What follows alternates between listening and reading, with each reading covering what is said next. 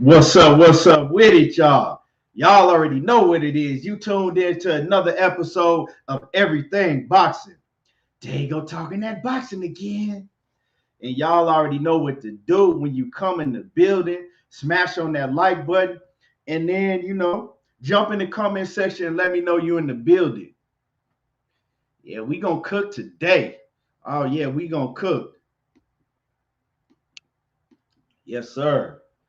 It's going down today.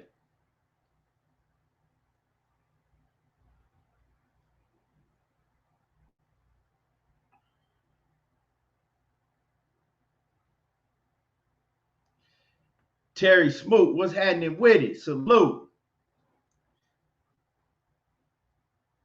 Yes, sir. Y'all hit that like button as you come in the building.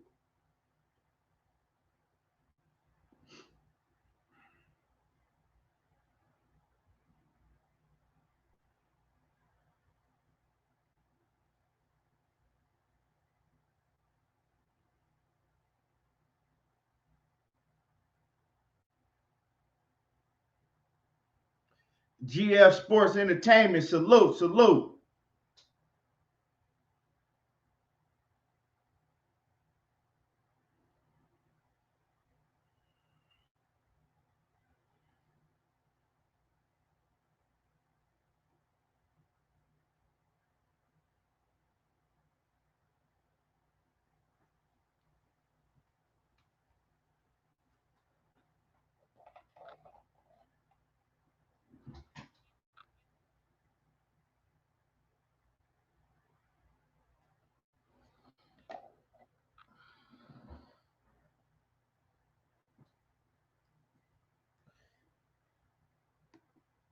Yeah, we got a lot to cook on today. We gonna get down to the bottom line today for sure. We definitely gonna get down to the bottom line today.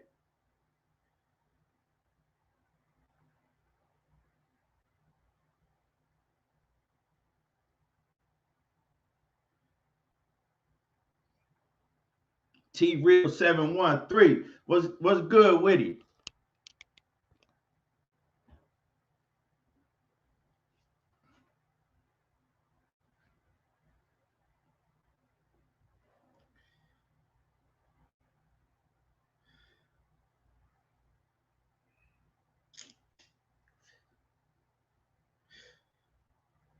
I'm a little late today. I know they ain't sending out most of my notifications. I already know how they do.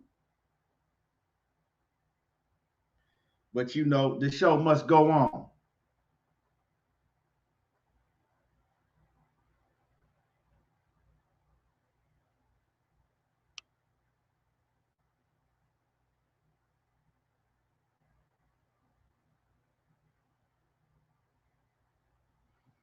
The show must go on.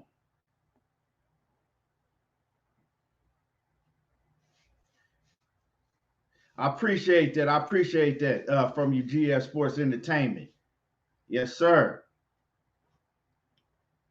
Did anybody, while we wait for people to get in the building before we start cooking, did any of y'all see that fight this weekend? Did y'all see the fights this weekend? My boy Andre Durrell, he looked good. He wasn't really fighting too stiff competition, but Andre Durrell, I like what I saw from him. He looked good. Knockout Boxer 86 TV, what's happening with it? Yeah, man, I had a good weekend with the kids, man. How was your weekend?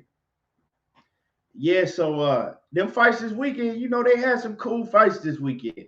Um, Michael Coffey, you know what? And a lot of people was shocked and surprised that Michael Coffey got his ass whooped this weekend, but I ain't gonna lie. It was a great fight, Terry Smoot, but it didn't surprise me that he got whooped. Sugar Ray Robinson, what's happening with him?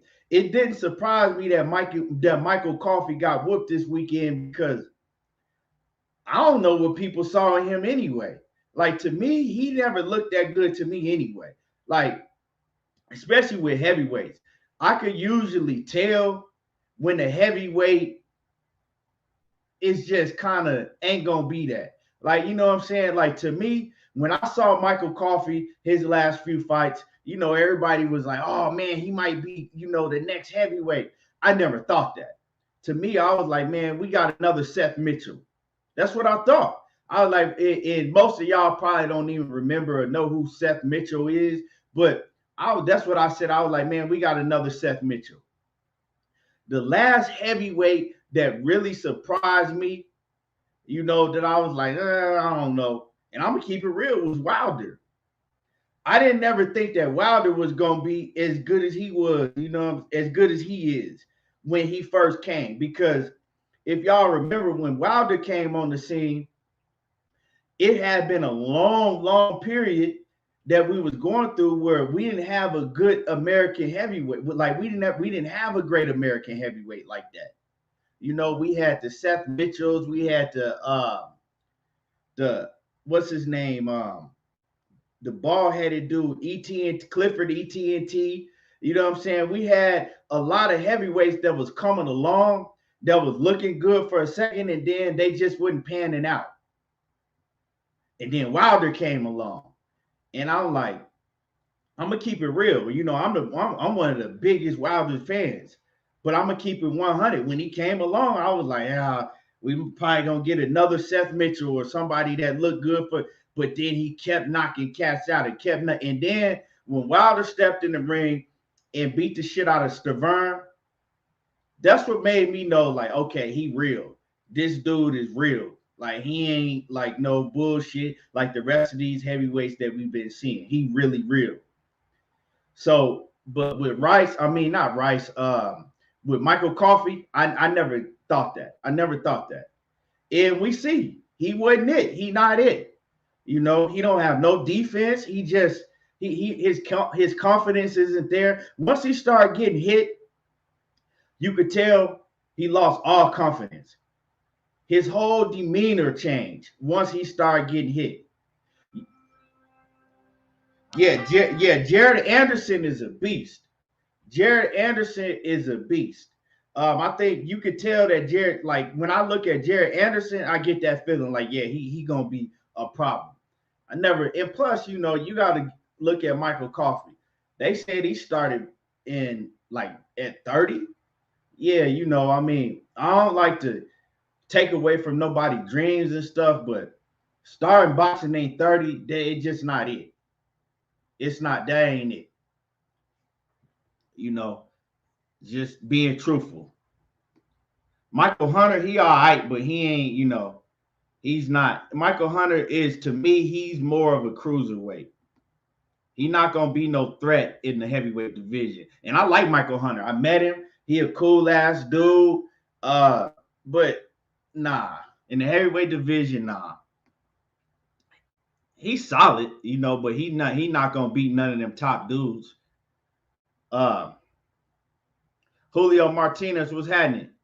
Yeah, y'all get the likes up. Y'all make sure that y'all get the likes up.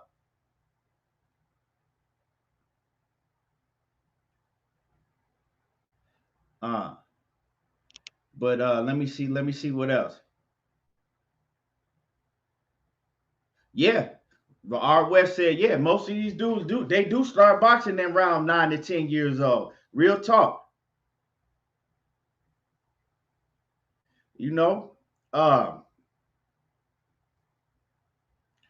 Terry Smoot Jr. said Hunter did low-key beat Povetkin. I was really going for Michael Hunter in that fight. It was a close fight. It was a very close fight. It was a very close fight. I would have to go back and watch it, but it wasn't no decision that I was pissed off at because the fight was that close. So I always say, with a fight that close, you can't call it a robbery either way. I think, what did they call it, a draw? I think it was a draw. I was satisfied with the draw. I remember I had bet on Michael Hunter to win that fight, and I wasn't so sure that he won the fight before they announced the final decision. So I was cool with a draw.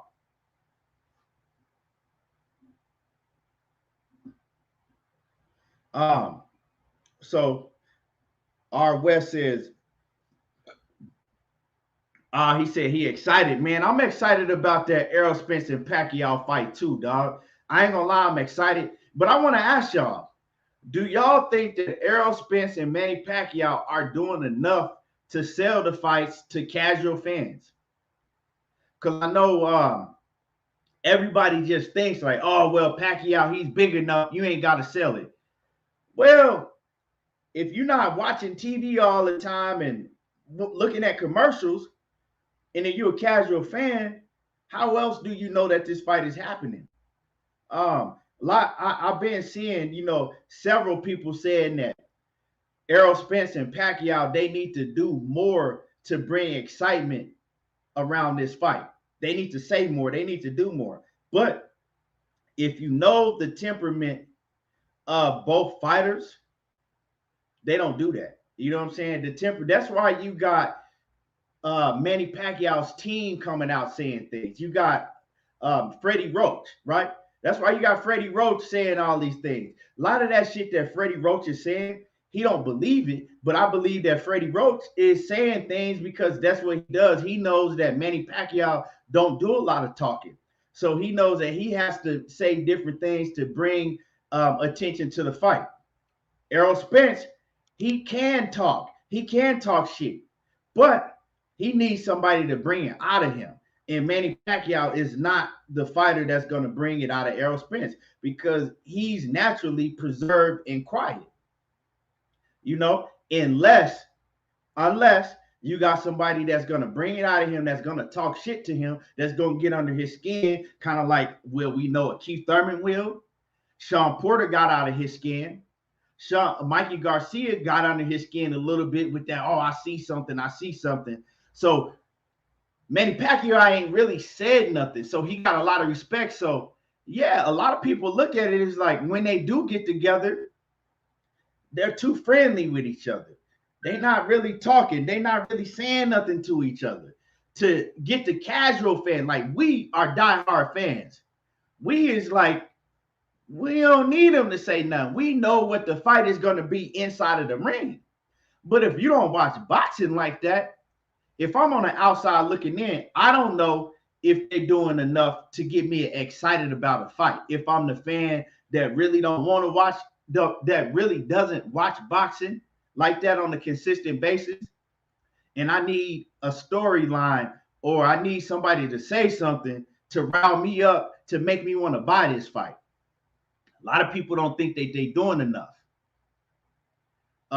So Jason, I appreciate that. I appreciate that, my dude.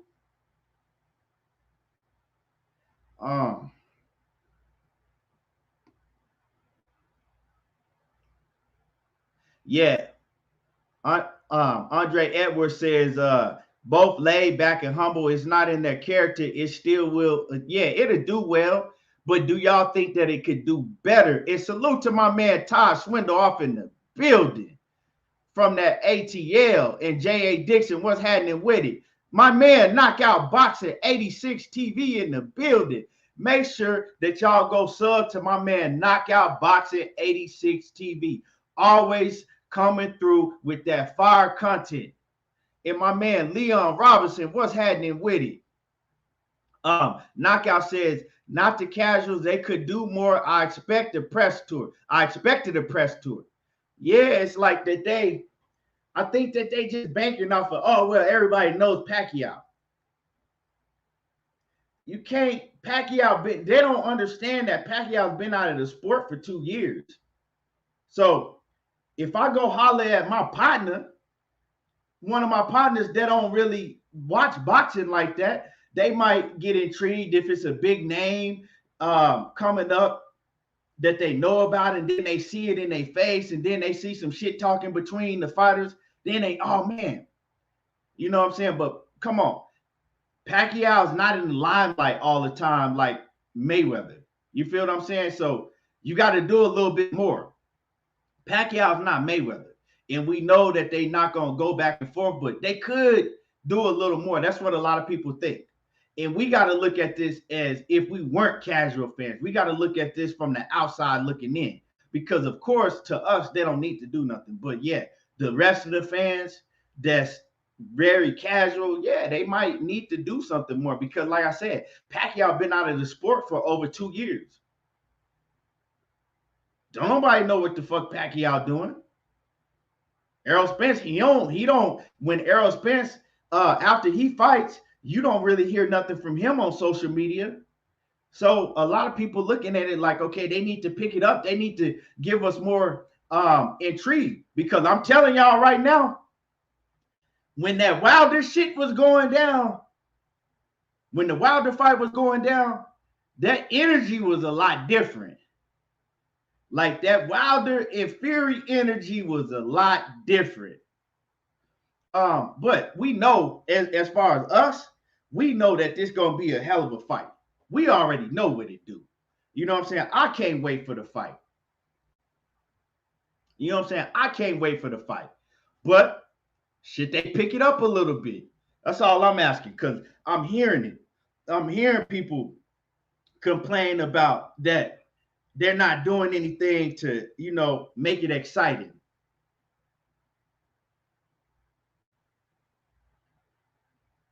You know what I'm saying? They're not doing anything to make it exciting. So that's all I'm asking. R West says casual, don't care about boxing. They tune in because of drama. And you pretty much right. A lot of casual fans, they tune in because of the storyline and the drama. You know what I'm saying? And we know that even Mayweather, look at Mayweather, right? Look at Mayweather. His backing, you would think that Mayweather could take the same approach as Manny Pacquiao, right? Oh, everybody knows me. I ain't really got to say nothing I'm going to do. But he doesn't. He even goes out of his way to make shit exciting. Look at I got your hat. Look at that whole thing that they did with Mayweather's last fight. They did it because he always going to go the extra mile to make sure he get that extra dollar, to make sure that he get people excited about the fight. When everybody know, like, I don't really give a fuck about seeing Mayweather in there with Logan Paul, but he did. He made even the diehard boxing fans that wouldn't care about seeing that fight, right? He made it interesting and intriguing to where we was like, damn, we actually want to see what Mayweather do to this dude. Make a lot of sense, especially now it's a different day and age now. Back in the day, when the Sugar Ray Leonards and the Marvin Haglers and the Holyfields and stuff, well, they did do their talking in the ring because you didn't have the platforms now, right? Back in the day, we had to pick up a boxing magazine to find out what was going on. Or we had to wait to see if they put something on ESPN. Other than that, we couldn't see nothing. We didn't know. So they didn't have the privilege to be able to promote their fights and to promote themselves like that. We had to pick up a boxing magazine. We had to wait to ESPN. And if we got none of that, we just had to wait to the press conference. So, yeah, they was able to just do their talking in the ring. Now it's different. Whole different day and age. Phil J 508, what's happening with it? J.A. Dixon says, I definitely want to see the fight, but there's no buzz for it. The PBC got to step. He said PBC got to step their shit up. Man, I feel you. Well, we're going to talk about that Porter, and we definitely going to get into Shawn Porter and Terence Crawford. Andre Edwards says PBC has fight camp on Fox. Is exposure peak? He says pay-per-view numbers will never be the same because of streaming. Yeah, we know that. But there's no controversy, and controversy sells, but there's no angle that these two can come out with.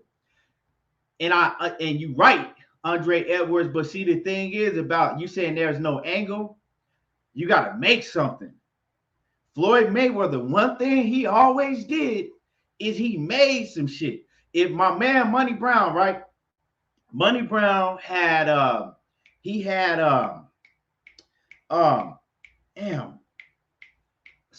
Spinks. He had Corey Spinks on this channel last week, right? And Corey Spinks was talking about that how Floyd Mayweather got into an altercation with Corey Spinks, right?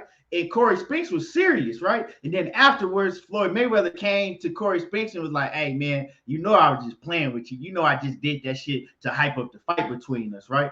Even though they never fought. They ended up never fighting. But Corey Spinks was like, man, you can't be playing with me like that. Like, dude, I was ready to go. But see, Floyd Mayweather always knew, even back then, if it ain't nothing, you make it up. You make something. You know, you make something.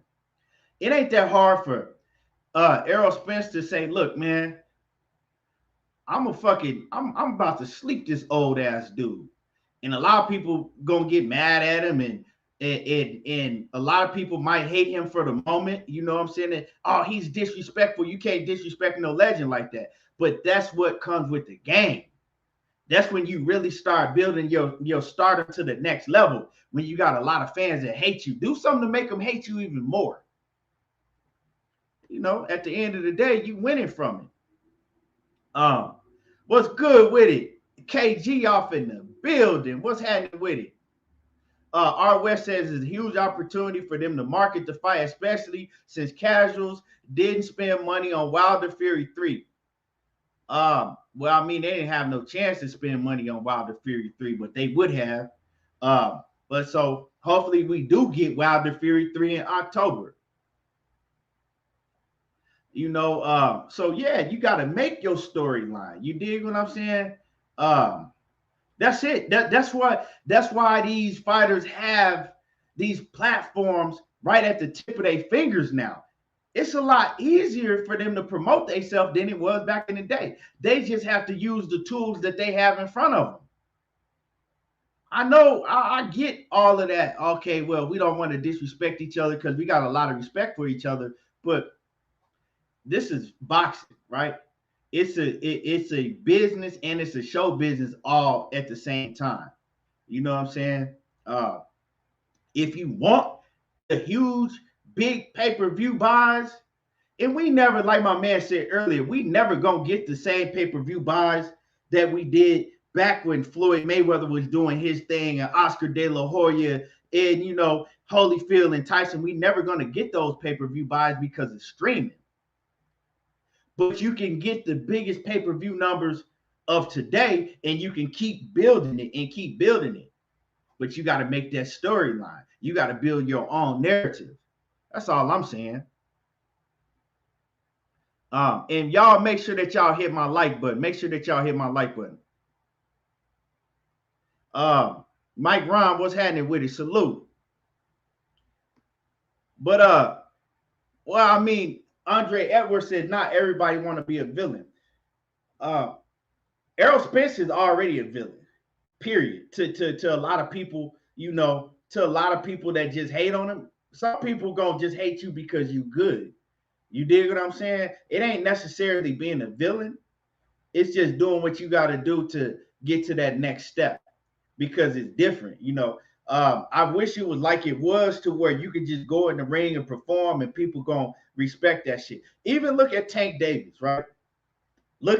Use Tank Davis for example.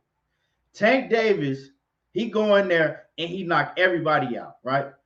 But even though he does that and all his fights are exciting, he still get on that Twitter and all that shit, and he be calling people out and talking shit to people that most people we know that he ain't gonna get in the ring with, but he still talk that shit. But yeah, you know, so Errol Spence, he has, as far as Pacquiao, you know, it's kind of like he don't really care. Pacquiao he basically gonna be out of the sport soon anyway. But Errol Spence, he has it in him because we all know he can talk that shit when he want to, you know. But this is the time to really do it. Butter B, what's happening with it? R. West says EJ doesn't necessarily have to be a villain to sell the fight. Just saying I'm going to sleep, right? Or force Pac-Man into retirement will sell it. Well, you gotta say that shit loud though. Like, man, this dude, like this, yeah, I respect him, but he's made a mistake because on August the 21st, I'm putting him to sleep, and he retired, and this is the last time that his fans ever gonna be able to see him. He made a mistake getting in the ring with me, and I'm letting him and his fans know all that. Just saying something like that, it's gonna get everybody intrigued. Like, oh shit, like, oh man, he talking that shit. He ain't gotta say too much. You know, you ain't gotta say too much. And the people that's gonna hate you, they're gonna hate you anyway. The people that's like you, they're gonna like hearing you saying that. But it's gonna get the people that ain't really focusing. Damn, man, you heard about that Spence and Pacquiao? You heard what Spence was saying? He gonna do to Pacquiao? Bam. Now you got him. You dig what I'm saying? Now you got him. Cassandra Mason, what's happening? In the building, the queen. Yes, sir. Yeah. Leon Robinson said them chocolate brownies had my man talking that shit. Yeah. You have to say, it don't take a lot. You know what I'm saying? It don't take a lot to get under Errol Spence skin. But Manny Pacquiao not going to get down like that. I mean, you seen all the shit that Adrian Broner, right? Even when Adrian Broner and Manny Pacquiao was going to fight, Adrian Broner sold that shit. Adrian Broner made all the fights that you seen that Adrian Broner in before that. And you knew, me personally, I knew that Adrian Broner wasn't going to have no chance of beating Manny Pacquiao.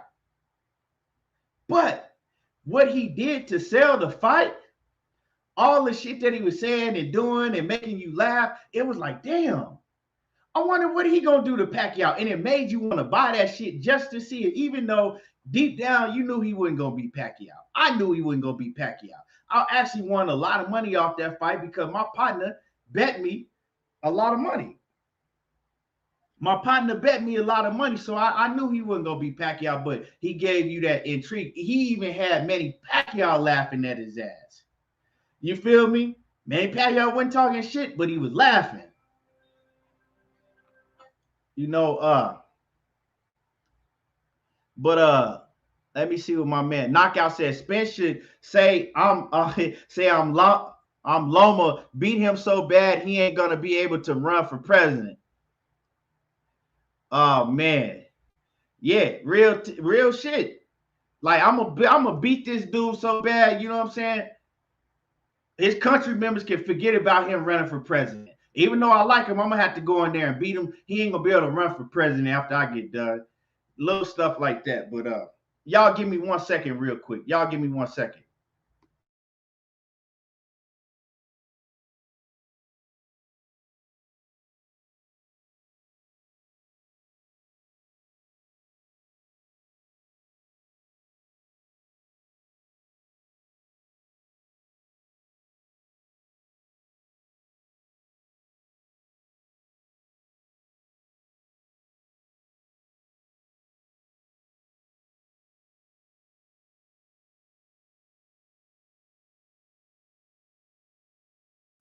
All right, y'all, my bad. Let me send Money this link real quick. Give me a second. Let me send him this link.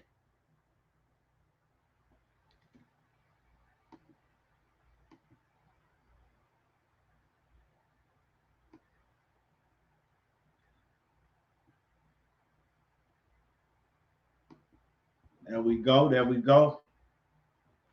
Let me see.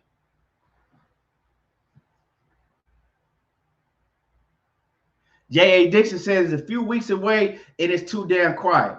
And you know what, man? I wasn't really thinking about it, right? And I'm going to keep it real with y'all. I wasn't really thinking about it because I'm excited about the fight because I'm intrigued about it. I know what's going on. I'm a diehard fan. But then I start seeing people say, like, they not bringing no excitement to this fight. Like, they got to do more. And I start seeing several people say that. So I said, you know what? Now that I think about it, they really ain't. Even when they sitting down, even when they had to sit down with each other, it's too cordial. It's too cool. Like, you know what I'm saying? It's too kumbaya. It is, because if I'm not a fan or if I'm just watching boxing here and there, they're not doing nothing to make me want to see that shit. Really, real talk. And I'm going to the fight. I'm supporting the fight. I'm paying for, got tickets, hotel, all of that shit. I'm going to spend a lot of money to go to the fight. But as a casual fan, they're not doing enough to bring that intrigue to the fight. And that's just not, that ain't me hating. It's just being true. It's just me keeping it 100. Real talk. Mike Ron. Yeah, you're right, Mike Ron. But at the same time, this is a business, and you have to go that extra little step to, do what you got to do to get them extra pay-per-view buys and everything. And, we got to look at it as the fan that don't watch the sport a lot. What's happening with it? Money.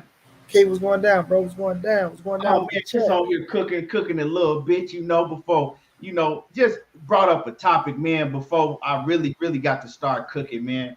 So basically the topic that I brought up, so I can get your take on it is I wasn't really thinking about it because, we excited about the fight, Money. We are diehard boxing fans. We excited about the fight, right? And then I start seeing a lot of people saying like, man, hey, this shit kind of boring. Like they really not saying nothing or doing nothing to bring excitement to the fight. They too casual, they too cordial with each other, this and that. And so what I was doing, I was explaining like that. Manny Pacquiao, he not that type. Errol Spence, he got it in him, right? We seen it, but you got to say something. You got to say things to Errol Spence to bring it up out of him, right? But this is the biggest fight of his career, right? We know how Manny Pacquiao is. We know Manny Pacquiao ain't gonna say too much. So with a lot of people saying that, oh, they need to do more. When I thought about it, I was like, yeah, they kind of do, because now it's social media era. You have everything right at the tip of your fingers. It's Errol Spence. Maybe a lot of people looking at him, maybe he got to say something to Manny Pacquiao to sell the fight a little bit more, right? Because, yeah, Manny Pacquiao got his fan base, but he been out for 2 years. The casual fans don't know what's going on with Manny Pacquiao. A lot of fans don't even know that he fight, right? Oh, Manny Pacquiao fight coming up? Oh, shit, I didn't know that who he fighting. You see what I'm saying? So it's little things just like saying like, hey, I'm gonna send this dude, I'm gonna send this dude in retirement. He ain't gonna be able to run for president, whatever it may be. And then people get to, oh shit, man, you hear about that Errol Spence and Pacquiao? You hear about what they said about the fight? Just little things like that, that's gonna get those extra pay-per-view numbers, and it's gonna get the fan that watch it here and there that really don't know what's going on, get more people talking about it. DP Rocker, what's happening with it? Go ahead, Money. Yeah, so basically, it's just saying they need to sell the fight a little bit more, get people to ask. Yeah, dude. But it was like you're saying though, neither one of them is really like that. Like Earl could talk shit, but he ain't really made his name on talking shit or going to the press conference, being animated and shit like that. And like I said about Pacquiao ain't the shit talker, right? Never have been. Only when it came to Floyd to where he let a little bit out, things of that nature. But even when Thurman was talking all the shit about men, he was just laughing and joking and shit. But at the end of the day, Thurman did help sell a motherfucker because he was talking all that shit. I always looked at it like the fight to sell itself for Earl and Pacquiao, things of that nature, because they know it's gonna be a hell of a fight, knowing what's at stake and shit like that. But sometimes when people are looking at the press conference, they do want some type of confrontation. They do want some, some give and take, But sometimes you get those press conferences to where it just be cordial like that. Like, especially if you know the fighters and knowing they build and they makeup. You know what I'm saying? Like, I can't really see Earl saying too much shit to Pacquiao to try to push the fight. You know what I mean? So I look at it like this. For us, the closer the fight get, I think more antsy the fighters get. Like I looked at Earl, he just put something on his post, to where he's saying it's gonna be a crime scene on fight night. Even in the little, what is it, the little camp, the little thing like 24/7. He said some little shit in there like, all the respect will go out the window when it's time to fight and shit like that. So, some people be looking for them press conferences to be like that. Some more than others, like, man, we know that they ain't finna give too much in that press conference for us, give and take and talking back and forth, shit like that. So I ain't really looking at it like that. So I just look at it, wait till August 21st. August 21st, that bitch gonna go down. It's go, live up to the hype, as we should say. But for us, the casual fans, I could understand what you're saying because they can look at some shit and be like, oh, well, man, this shit ain't going to be nothing. These dudes ain't saying shit. Once they just go there and look at it, okay, well, that's Manny Pacquiao. But you know how you saying that? Or, man, Manny Pacquiao, oh, he ain't doing shit no more for the casuals. You know what I mean? Right. They'll look at it like that. So, yeah, you could miss out on a few buys by not giving, some shit like that, or even having some people up there that can talk that shit. But I feel like come fight night, I feel like come closer towards the fight, I feel like a little shit talking will be said, not like shit talking, but for Earl saying what he gonna do to him, and you know how motherfuckers get, can't eat, can't do this, can't do that. Get a little closer to the fight, you talk a little shit. So maybe closer on to the fight, we might get some shit, but I don't just see it out the blue or them going back and forth with each other. So if that's what casual fans looking for, I don't think they go get it, bro. Right, right. But G Sports Entertainment, the casual fans matter when you want to get those big pay-per-view numbers. That's where the casual fans come in. When you want to stay, we know that Errol Spence is doing probably what he is doing the biggest pay-per-view numbers out of anybody right now besides Wilder. You feel me? As far as American fighter, he's doing the biggest pay-per-view numbers right now besides Wilder. And he's staying in the 300, 350,000 range. But when you want to go to that next step, the 500,000, the 7-8 million, when you want to get to that next step, you need to do things to get the casual fan intrigued, right? We know that Keith Thurman and Manny Pacquiao, I think they did 600 and something thousand, right? They did 600,000 plus, right? Now, Keith Thurman did a lot of talking. Keith Thurman, Pacquiao didn't really say too much, but Keith Thurman, he kind of made that fight. He did a lot of talking. And plus, y'all have to understand, Pacquiao wasn't coming off a 2+ year retirement. So Pacquiao still had everybody that was riding with him. He still had them intrigued because you got to understand, Pacquiao just had come off beating Lucas Matisse, and then he was carrying that same fan base and everybody he was carrying that same energy that he had over from the Adrian Broner fight, because he was coming off an AB fight too. Now you ain't heard nothing from Pacquiao in 2+ years. So now it's like, if I'm Errol Spence and I know, I'm fighting Pacquiao, but I ain't just gonna ride off of, I'm gonna say some shit. A lot of fans, that's his fans, they might hate me for it, but that's when you start really getting that extra people buying your fights, because not only do you need the people that want to buy your fights to see you win, you want the casuals that's gonna watch you after Manny Pacquiao is gone just to see you lose. So, it is what it is, but like Money said, they probably going to step it up, especially Errol Spence. They got to fight inside PBC fight camp, so that's going to help out a lot. And, I'm pretty sure he's going to say a lot more. Hey, let me ask y'all this. How many of y'all got the notification for Keon's show?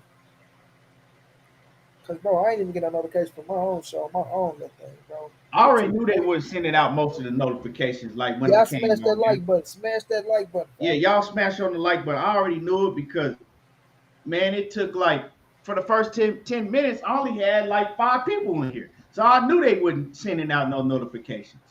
Yeah, man. I went live, was that yesterday, the day before yesterday, the fight?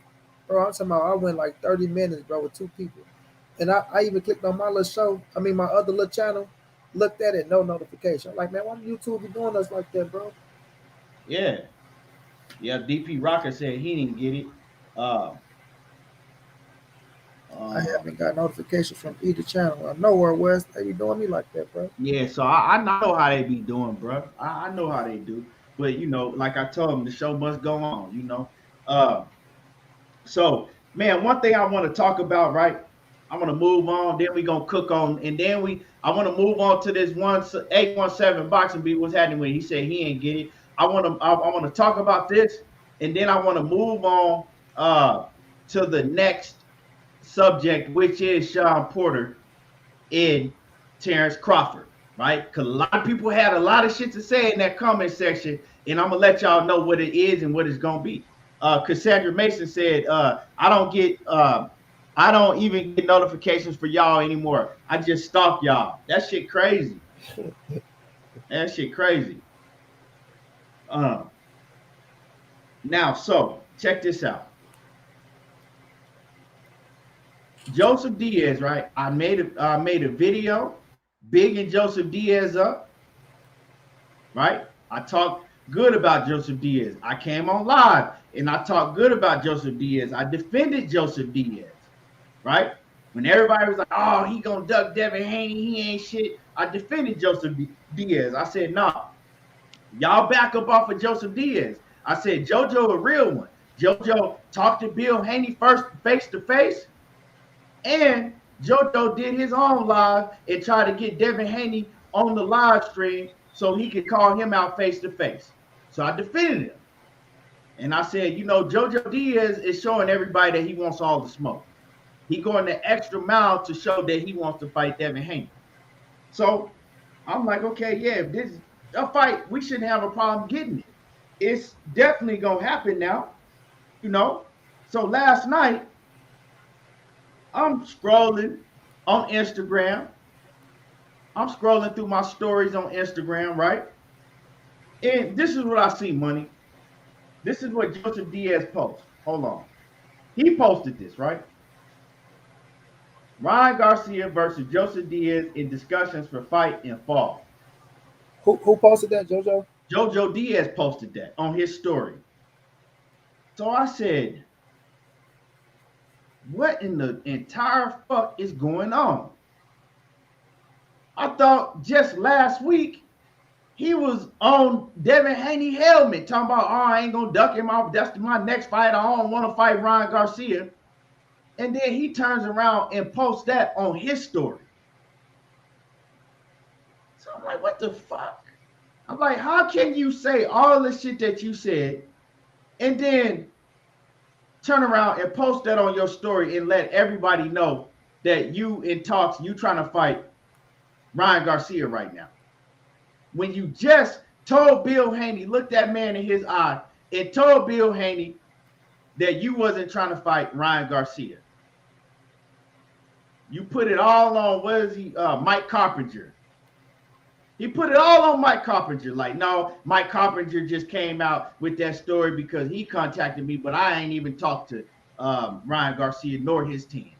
I want to fight Devin Haney next. You put it all on him. When the whole time, it looks like now that you've been fucking pump faking.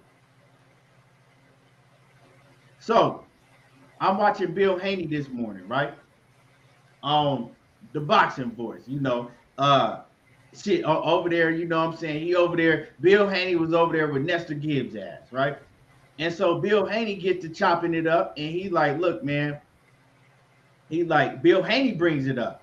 Like, man, we thought Joseph Diaz was, gonna fight us next, but look, Joseph Diaz put this on his story last night. So what Bill Haney broke it down and he explained, he said, look, man, he said that it's Dazn. Bill Haney said it's Dazn actually trying to push Ryan Garcia towards fighting Joseph Diaz, right? He's saying that Ryan Garcia really don't even want to fight Joseph Diaz, but Dazn is trying to push him out there. They trying to push him out there in the fight. Like, nah, you can beat this kid. You know what I'm saying? We need this fight. Why don't you go ahead and fight? So they're trying to big up the fight to try to get Ryan Garcia to take the fight. And it's like I said, right? Like I said in my video, if y'all watch the video that I put out with Ryan Garcia and Joseph Diaz, I said it in my video. I said, Dazn look like that they trying to fucking sabotage Devin Haney's getting big fights. And I said it when I went live. I said, because why, when Joseph Diaz was fighting for the mandatory spot for Devin Haney's belt, why is the first person, when they put the microphone to Joseph Diaz's mouth, why the first person they asked him about was, oh man, wouldn't you like to fight Ryan Garcia? What about Ryan Garcia? Why would you ask him about Ryan Garcia when the man was fighting for the mandatory position to face Devin Haney? So already right there, I seen it was some fuck shit going on. You know what I'm saying? And y'all smashed the like button. Y'all smashed the like button. Now, with Joseph Diaz, why would you post this on your Instagram story if you telling everybody that you didn't want to fight Ryan Garcia, that you want to fight Devin Haney? See, that's where that bullshit comes in. That's where all of the bullshit comes in, money. Because you as a fighter, you could easily say to them, not just when you get on the camera, not just when you get in front of Bill Haney to tell him something that he want to hear. You could easily be telling them, look, I know y'all want me to fight Ryan Garcia, but I want to fight Devin Haney. Are we forgetting that Devin Haney is the WBC world champion? What the fuck is going on? You petitioning to fight a guy that has no belt, that really ain't done shit. And I like Ryan Garcia, but he really ain't done shit. You want to pass up the most prestigious title in the sport to fight a guy that don't have no belt? He ain't never sold out shit. He got a lot of Instagram followers. And no shade to Ryan Garcia, but come on now. Let's keep it 100. As a man, you do what you say you're going to do. Now, him posting that last night, I took that as you want the world to see. Look at me. I'm fighting Ryan Garcia next. We already talking. That's for the casual fans that don't know what was going on or what you said about Devin Haney. That's some bullshit to me. Go ahead, man. Go ahead, Money. What you think about that situation? I'm like you. I thought the man said Ryan Garcia was the bitch. They just be talking and running his mouth. Is JoJo with the PBC or Golden Boy? JoJo is with Golden Boy. Yeah, that's what I thought. So when I look at that situation, they're gonna try to make the in-house fights first. You know what I mean? And that's where it goes, where people always trying to talk about, oh, Al and in-house and things of that nature. Floyd said this about Tank the in-house. All these motherfuckers trying to make the in-house fights happen. You feel me? All of them gonna try to do this shit. JoJo had an opportunity to fight for a world title. I ain't getting it, bro. You know what I'm saying? I ain't getting it. With this situation, even if you're looking at Ryan Garcia and saying, you know what, this might be the easier task for me. Let me go take him out, give me some thunder, things of that nature. You're still looking at Devin as a world champion, Joe. And I'm on record saying that you'll fight anybody, bro. I'm not here riding for you, Joe. You said you was out here, you ready to fight anybody. You know what I'm saying? You said the next fight should be you and Devin Haney because you said these things. That's what you said, so people can hold your feet to the fire. You said that you and Devin is next. That's going to be the next fight. You know what I'm saying? There shouldn't be no problem with this fight getting made. But Oscar De La Hoya, man. Oscar De La Hoya coming along, trying to put Ryan Garcia back in the spotlight and looking at Joe Joe Diaz and seeing that he's a good opponent for Ryan as well, thinking that Ryan can knock him out or some shit like that. But I mean, when JoJo come out and say shit like he said, though, bro, I don't got no problem with nobody getting in his ass. You know what I'm saying? Because you the one said that this fight was going to be next. You the one said, you know, fuck Ryan Garcia, all these things. I made a video on the shit. You dissing Ryan Garcia, cussing him out, saying he's a bitch. He ain't trying to fight nobody. He's the one. He said he was fighting Manny Pacquiao. You can't believe shit he said. So when Bill came out and really asked you, why is Ryan saying he fight you next? So this probably have no substance, right? He's just talking. You said that out your own mouth, bro. You know what I'm saying? You said it out your own mouth. So we'll see how it play out, man. But when I'm looking at Oscar De La Hoya, man, and both of these is fighting, I thought JoJo's with Golden Boy. I see why they saying JoJo and Ryan X. Because Oscar De La Hoya want to keep that shit in-house. You know what I'm saying? Keep that shit in-house. So when he looking at the situation, if Ryan can go out there and beat JoJo, it's best for Golden Boy. If JoJo can go out there and be Ryan, it's best for Golden Boy. For JoJo going out there losing to Devin Haney, you know what I'm saying? Because that's it. Like I keep telling people, they're like, oh, well, Devin Haney and JoJo ain't no good fight. Devin Haney and JoJo is a good ass fight. That's what y'all don't understand. That's a good ass fight. You feel me? That's a good stylistically and everything, bro. JoJo, he took the L to Gary Russell, but he was having success in that fight. He was having success in that fight. You know what I'm saying? So I just want to see how it play out, bro. They'll say this and say that shit. See how it play out. But like you said, Key, with JoJo putting that shit on his Instagram, then it's going down. It's in talks. You know what I'm saying? It's in talks. Usually motherfuckers be like, well, you can't trust shit. He said shit he said. If he putting it on his Instagram after saying what he said, and I seen that little live stream too, Key, what you was talking about with his head, because we dropped the videos on the same day. With him saying what he said, bro, all you can do is hold a man to their word. You know what I'm saying? Hold a man to their word. But when they showing you, he got it on there. Oscar De La Hoya doing, bro. That's Oscar De La Hoya doing. And I'm gonna say this. I don't think JoJo is ducking to Devin Haney. You feel me? Because I still feel like he'll fight Devin. Don't get me wrong. But you know, when it comes down to your promoter dog and your team, it's gonna be hard for you to go against your team. It's gonna be hard, bro, because you never know what they ass gonna do. Like you got a promoter. And we know promoters can be some fishy ass promoters and they can do some fuck shit. You know what I'm saying? So maybe JoJo do want to fight Devin Haney, but this motherfucker Oscar De La Hoya got other plans. You know, so I'm gonna wait to see how it play out and see how it go. And I'm gonna see if JoJo has come back and try to, you know, clean this shit up or say something on what's happening, or if he try to stay silent because of Oscar. Now I'm still holding his feet to the fire too, because your ass opened up your mouth and said that Devin gonna be the next fight. But at the same time, bro, when I look at it, man, I can see this Oscar De La Hoya fucking doing, bro. Right. And you know, like I said, Bill Haney kind of alluded to that. He said that Dazn was trying to push Ryan Garcia into the fire. You know what I'm saying? That he ain't really acting like he want to fight, but they trying to push Ryan Garcia towards Joseph Diaz. My man Marcus Forsett, what's happening with it, man? Coming in with that super chat, man. I really appreciate it. He says, the only reason I even cared about the Fortuna versus Diaz fight was to see who Haney was gonna beat up next. Yeah, a lot of people felt that way. They wanted to see, you know, if one of them who was gonna get Haney next. And that's some real shit my man just said. A lot of people wasn't even caring about that fight. They was more intrigued about that fight because they want to see who Haney's next opponent was gonna be.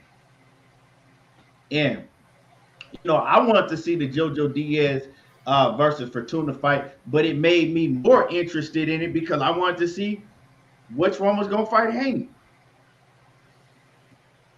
Mad Chad, Boxing and Sports, what's happening with it, Mad Chad? Make sure that y'all go show some love to Mad Chad Boxing and Sports and subscribe to his channel.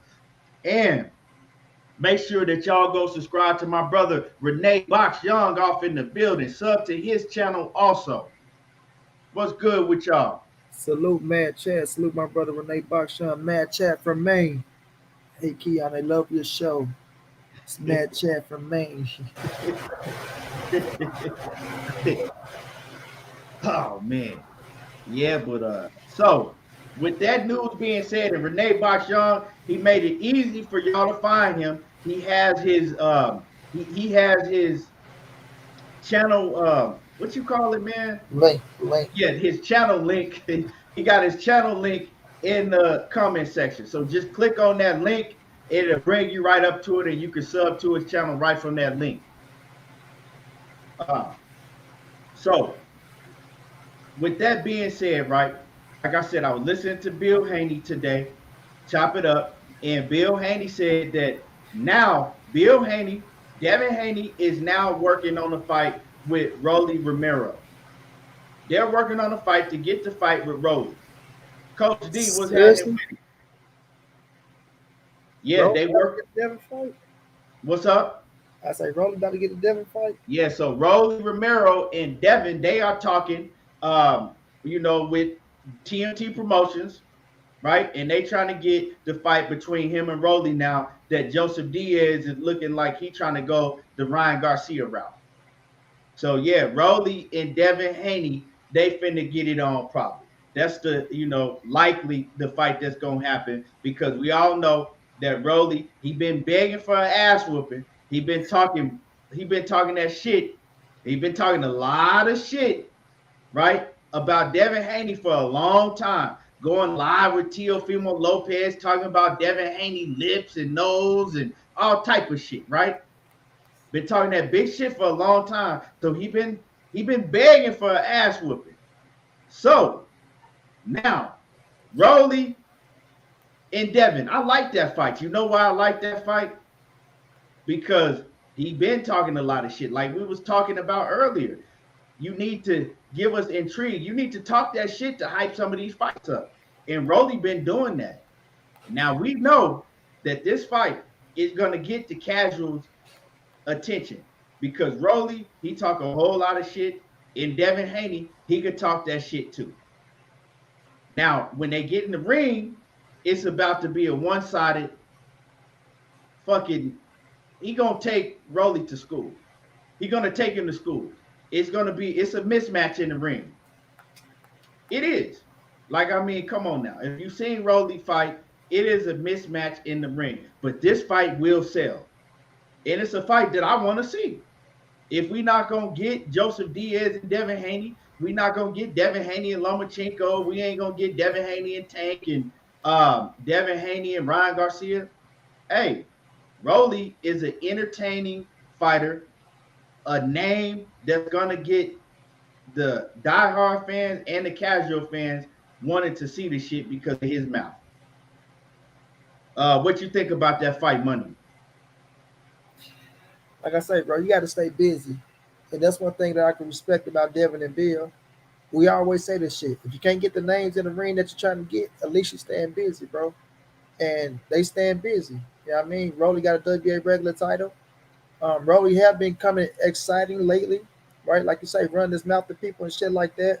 So I won't be pissed off at the fight. It ain't something that I'm clamoring for, but I ain't mad at it either. And I know this is a fight that Floyd will let happen because it's getting Rolly an opportunity. This Rolly opportunity to become, the WBC champ at 135.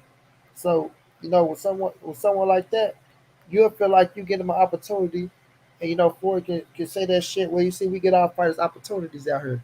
Knowing damn well ain't nobody trying to pick no goddamn Rolly to fight. But nonetheless, hey, stylistically wise, Rolly go pressure his ass. We know that. My man said he gonna wrestle the fuck out of him. Yeah, he gonna come that motherfucker trying to do everything he could to try to win, right? Because he really feel like he can beat their ass. Rolly really feel like that. Like regardless if we talk shit about Rolly or Rolly, he really feel like he can whoop their ass, right? And if you can whoop my ass, then show me you can whoop my ass. You know what I'm saying? So if they hit Rolly and can't hurt him, that motherfucker retarded ass, his retarded ass gonna come forward all night, bro. He'll come forward all night, and he gonna have some success, bro. He gonna have some success. Like I ain't saying he gonna go in there and like hell. I never say he'll beat Devin, but he's gonna have some success, bro. The way he gonna hit Devin with some shit. He gonna catch his ass because he gonna try to. Devin gonna make that dude look so bad, bro. Yeah. It's gonna be bad. The fight is gonna look so bad and one sided that it's gonna be kind of comical because Mad Chad said Rolly gonna be a champion in UFC before he a champion boxing. He actually already do got a regular belt if you want to count that. And I do be counting regular title, so I look at Rolly as a champion.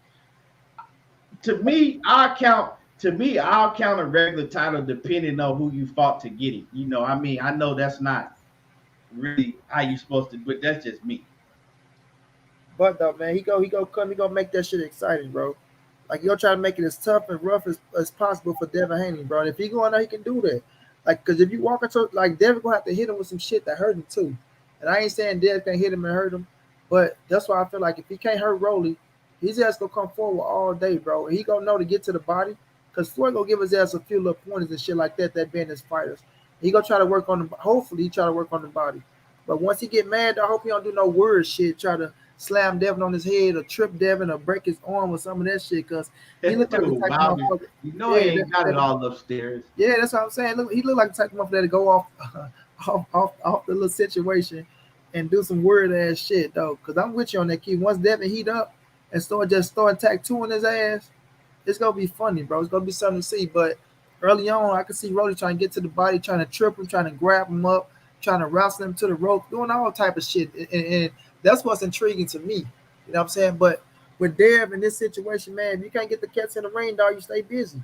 You stay busy, you get your money, you stay sharp. So when you do get one of their ass in the ring, you won't get caught stiff, or you won't have no ring rust. So Rolly will bring another style to the he'll bring a little interesting style to the ring for us, trying to be rough and rugged and shit like that. And I think he probably when you say that all out of the young cats, he might be the most rough and rugged motherfucker out there. So I like to see how Dev break his ass down to see if Dev can stop his ass or piss him off real bad and make his ass do some weird shit. But I ain't pissed off at the fight. I ain't mad at the fight at all. I like the fight. Hey, so this is what the fight. You know what the fight gonna look like, bro? The fight is gonna look like when Jake Paul fought Nate Robinson. When Nate Robinson got hit and Jake Paul, you know what I'm saying, put a little bit of boxing skill on him, and then motherfucking Nate Robinson just rushed him with his head down to try to grab him and wrestle him and shit. That's what it's gonna look like. Rolly is going because Devin Haney's footwork and his boxing skills is just on a whole nother level than Rolly. Rolly's feet is horrible. He has horrible feet. He don't know how, like, his boxing skills is just not there. It mainly his feet. That's what's gonna make the fight just look crazy because of his feet. We go back to Jackson Marinez. Look how he made Rolly look. He don't have half the footwork, you know, the feet that my man Devin Haney do, right? And look at this dude, Anthony Yiggett. He was making Rolly look like some shit. Even though Rolly was roughing him up and, you know, ended up stopping him, when Yiggett was moving and putting angles on Rolly, he made Rolly look like some shit. It was kind of comical. So imagine what Devin Haney gonna do to the dude in the ring. And all he has, he's gonna try to rush Devin Haney and grab him up and rough him up. Hey, they better have a strong ref in the ring that night because he gonna need a whole bunch of strength to break. He gonna have a lot of breaking up to do. Yeah, right? Rolly gonna try to choke him, a motherfucker. Zoe, what's going down, Queen? Good to see you in the building, love. Rolly gonna be bear hugging him. He gonna be putting his elbow all up, and you know what I'm saying. He gonna be trying to slam Devin Haney on the ground with his elbow in his nose and all types of shit. He was running like a little bitch. He didn't want to fucking fight, little bitch. Let's see where he is. I don't give a fuck about that. Yeah, he could take my fucking power no way. No, I don't give a fuck about biting your ear off, bitch. I learned it from Mike Tyson, bitch.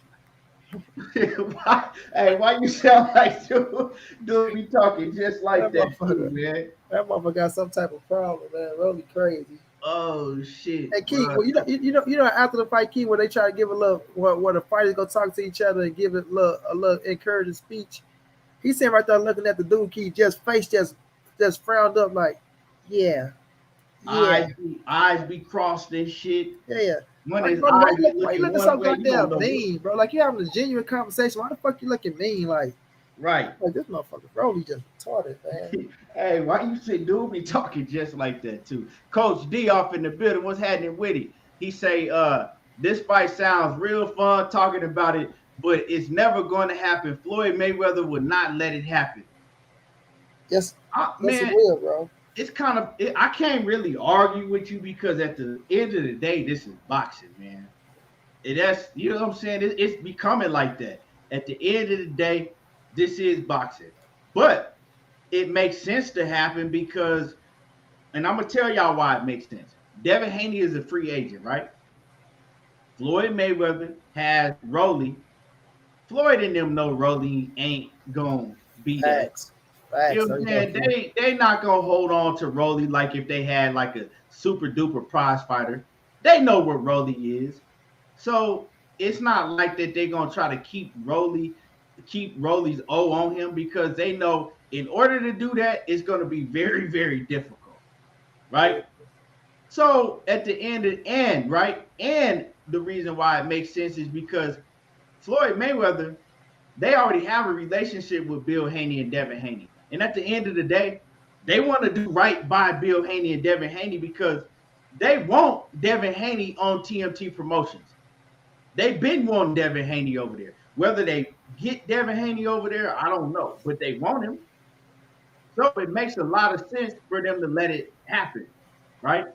They And got don't be surprised if it does happen.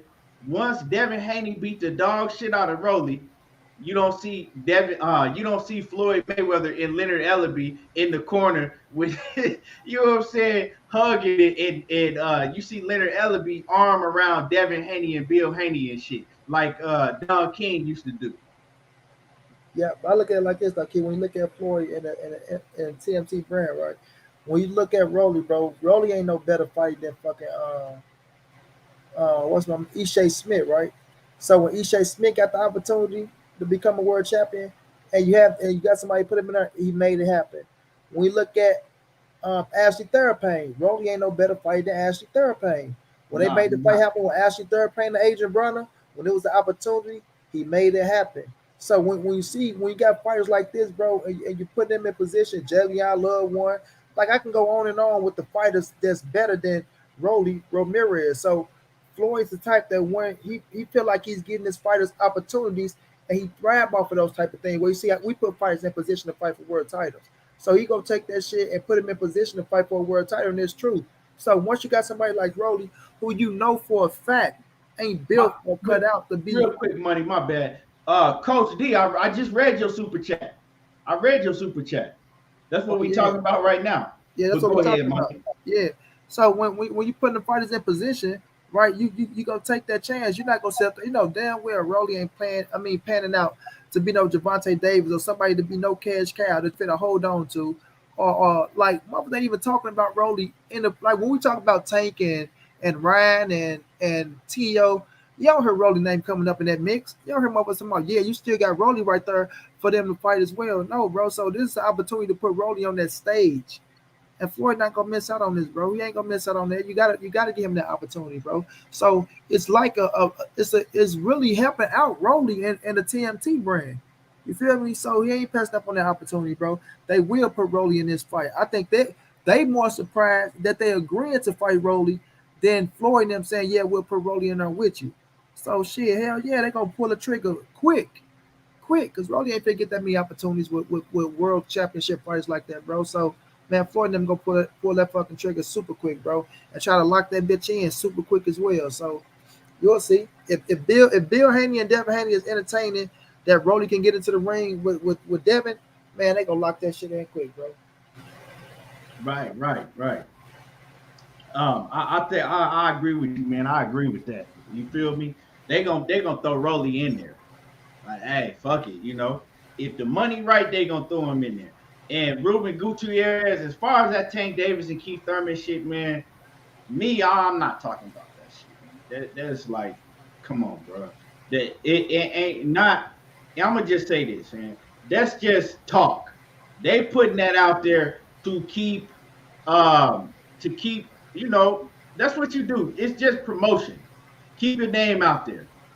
Keep your name out in the boxing world so people can continue to talk about you. It's smart. Ain't no way in hell that they'll ever put Tank Davis in the ring with Keith Thurman. And I even hear a lot of people saying, "Oh, Tank Davis will knock out Keith Thurman." Yeah, it's weight classes for a reason. They're not putting him in there. Them putting Tank Davis in the ring with Keith Thurman would defeat the whole purpose of we got a plan for Tank. Why would you do something like that? That shit would be stupid.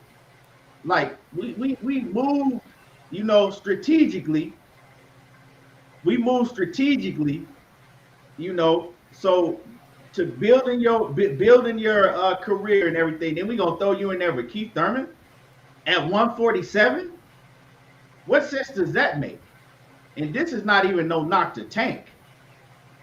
Like, why? Why would you do that? I would be saying the same thing if they said that Devin Haney was gonna get in there with Keith Thurman, or Vasil Lomachenko, or whoever, even Teofimo Lopez. I mean, for what? That's just talk. You know what I'm saying? That's just talk. And people know how boxing fans are. These promoters know how boxing fans are. They know that, okay, they're going to talk about it, they're going to run with it, and then once they get intrigued about it, then they're going to come out and tell you who Tank is fighting next. They're going to come out and tell you who Keith Thurman is fighting next. That shit, to me, it's just talk. You know what I'm saying? That's all I look at it at. It's whatever, you know. That's why I'm not going to elaborate and go too much into that. And DP Rocker said he got Tank.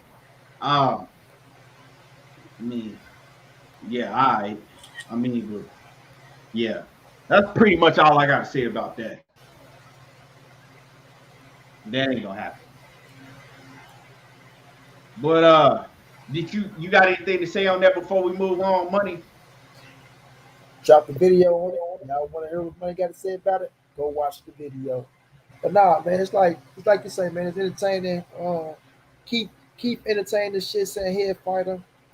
We'll just see. Like I don't see that shit happening next. I'm with you on that one. You know, it's just some shit to keep a name relevant. And what you had told me, you know, really made sense to me. You know what I mean? Shit, Tank done with this fight. A lot of people talking to keep the man name out there, keep it relevant. Shit, just throw his name out there with fucking Keith Thurman. You feel me? Keith Thurman ain't doing shit. He a lot hot top right now talking shit. Fucking Tank. We gonna put Tank in there and knock Keith Thurman ass out. Make it sound good, make it look good, dress it up. Next thing you know, you see Tank in there with motherfucking Rolly 2.0. Right. So, I wouldn't be surprised if we did see that fight, Money. No, I ain't saying with Rolly. I said Rolly 2.0. Mean the motherfucker that ain't even Rolly. A motherfucker less than Rolly. Yeah, right. Yeah, no, so yeah, man. I don't know, man. I don't know. We'll see it. Tank Durden to be great to go up to 147. They ain't gonna put him in there with no goddamn Keith Thurman this first fight at 147. Bro, I'm gonna tell you like this, man. And I'm not, and no offense to nobody, but these boxing promoters know that boxing fans are ignorant. Simple as that. You can take it how you want to. They know if boxing fans hear that shit, even though all of the fights that we hear about we don't get, they really gonna take that shit serious and think that shit is gonna go down and happen. So they know how to play with your emotions. That's just what it is. And casuals, right? They sure gonna play with the casuals' emotions. How many times you got somebody that don't know shit about boxing and will say some stupid shit about, man, who you got if Errol Spence and Deontay Wilder fight each other? Or who you got, man, you think Tank Davis could beat Canelo? He's like, bro, they're not in the same weight division. But if they fight, you'd be like, what the fuck is you talking about? But they be dead serious. They don't understand. So when you hear Keith Thurman and Tank Davis, yeah, they playing with your emotions, man. Come on.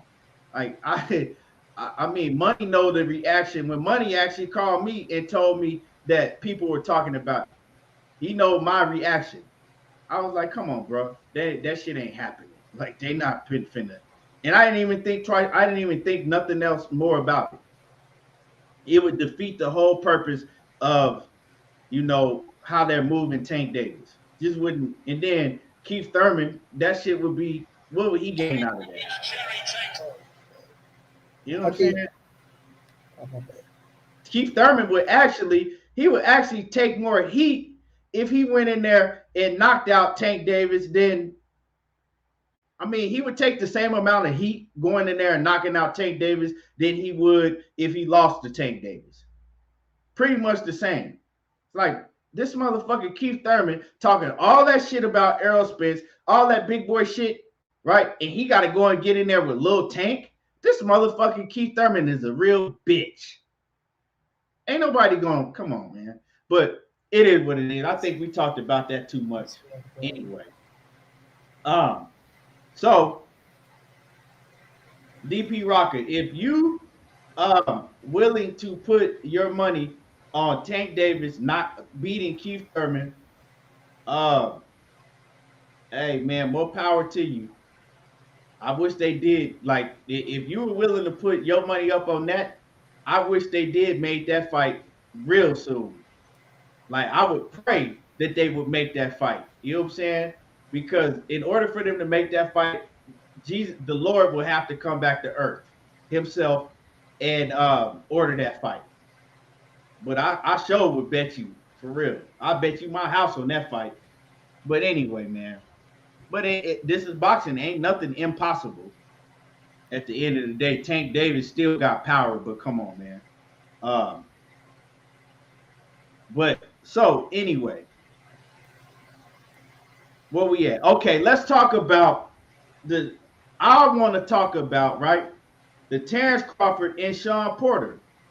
I want to talk about Terence Crawford and Shawn Porter because when I broke the shit down, why it's not happening to y'all, when I broke it down for y'all, a lot of people had a lot of smart shit to say in the comment section.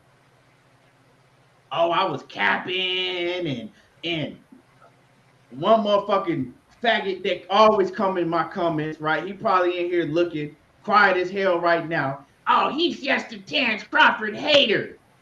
Ain't nothing I said in there that was hating on Terence Crawford. Now, the fight is not happening next. I don't know why y'all think this fight is going to happen next. The Terence Crawford and Shawn Porter fight is not happening next. And I'm going to break it down to y'all again why the fight won't happen next. Now, am I saying it won't happen at all? I'm not saying that. But I'm saying it's not going to happen next. Now, let me explain to y'all.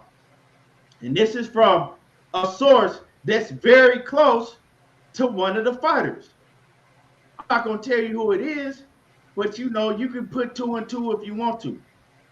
So, I'm going to tell y'all why it's not happening next. When the fight was initially announced, before, when they said, you know, hey, Shawn Porter is the #1 contender for Terence Crawford's belt. And Terence Crawford, he hasn't had a mandatory in over a year. So he's going to have to fight Shawn Porter. Y'all smash my like button too. Y'all smash my like button. So they said he's going to have to fight Shawn Porter. You know, they can, you know, and if they don't make the fight happen, they could take it to purse bid. So we was waiting around. Hold on. Let me read the super chat real quick. Coach D says, I heard everything you said, and most of it sounds like we're going to happen anyway about the Terence Crawford fight. I appreciate you in that super chat again, man. I appreciate you. So everybody was waiting around like, oh shit, now they gonna have to fight. Shawn Porter is his mandatory, right? So they was waiting around, and they was trying to see if Top Rank was gonna move on the fight. And they did move. You feel me? Bob Arum came out and he says, look, we can make the fight happen, but I'm not going to pay him more than $1 million, and he can see what else he can get on the back end. I'm just not paying for it. You know, I'm not going to pay for it. So Shawn Porter, he laughed at it. He said, I'm not fighting him for $1 million. So then people said, well, all Shawn Porter got to do now is put in his mandatory, right? He got to put in the paperwork so they can mandate the fight. Shawn Porter is in that position. Terence Crawford, he has to have a mandatory because he ain't had no mandatory since he fought Egas. It's time. All Shawn Porter got to do is put in that work. Shawn Porter came out. He started talking that shit like that's what we doing. You know, Shawn Porter is talking loud in the on social media. Then we waiting around, and Terence Crawford told him, like, hey, put in your mandatory then. Go ahead, put in that paperwork. And the paperwork never came. Then Shawn Porter, he apologized. He talked about, I shouldn't have never went about it that way. And then he said nothing else about Terence Crawford. Even when he found out that Terence Crawford, right, after Terence Crawford had told him, hey, we'll get to you when we get to you. I got bigger and better. I got bigger things, right? They found out that them bigger things didn't pan out for Terence Crawford. Now, why didn't Shawn Porter say nothing? How come Shawn Porter ain't put in his mandatory, right? Why he ain't put in that paperwork? Well, the reason why, like I told y'all on the video I made, is because Al Heyman told them, We don't do business like that. We're not doing business like that. It's not going down like that, right? Why? Right? We're not doing that. So basically, he told Kenny and he told Shawn Porter, like, nah, we're not gonna do business like that. We moving different over here at PBC, right? If Terence Crawford wants to get a big fight with anybody on our platform, well, he's just gonna have to wait it out. And it makes a whole lot of sense. Why would we put in a mandatory, right? Why would we put in paperwork to where Shawn Porter is going to get 70-30 split, a 60-40 split, right? He ain't gonna, and then PBC are not going to get half the money that they would get if they just waited out, made Terence Crawford wait until he becomes a free agent, because it's like this. If you want the big fights, well, we know that you coming up on free agency. All we got to do is wait a little longer, and now you have the choice. You know where all the big fighters are, Terence Crawford. You have the choice to where you can come over here and do business with us. And you can have this Shawn Porter fight. You can have Keith Thurman. You can have the Errol Spence. But right now, while you over there, we're not going to make it because we're losing money. But if we wait till you have until you're a free agent and you're free to come do business with us, well, then we get all of the money in-house. And it makes sense. It makes a whole bunch of sense. So if y'all wondering why it didn't happen before, that's why it didn't happen before. Now, Bob Arum, he understands that. He knows that. So now Bob Arum is like, okay, you know what, Terence Crawford, I'm going to try to make it look like that it's not me. That I've been trying to get the fight for Terence Crawford, which you haven't been trying to get shit for Terence Crawford, because if you were, you would pay what these other fighters on these other networks are demanding to fight Terence Crawford. Or if you don't pay them that, you'll pay somewhere close to it, or you'll at least negotiate with them. You didn't negotiate with Danny Garcia. You didn't negotiate with Keith Thurman. You didn't do no negotiations with Errol Spence. It was, well, this is what we're going to do, and that's it.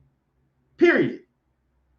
So, I mean, now, Terence Crawford is coming up on free agency. All he got to do is give them one more fight on Top Rank, and then he can go and he can make that fight with Shawn Porter. So this is what's going to happen. I'm going to tell y'all what's going to happen. And it's not just Al Heyman.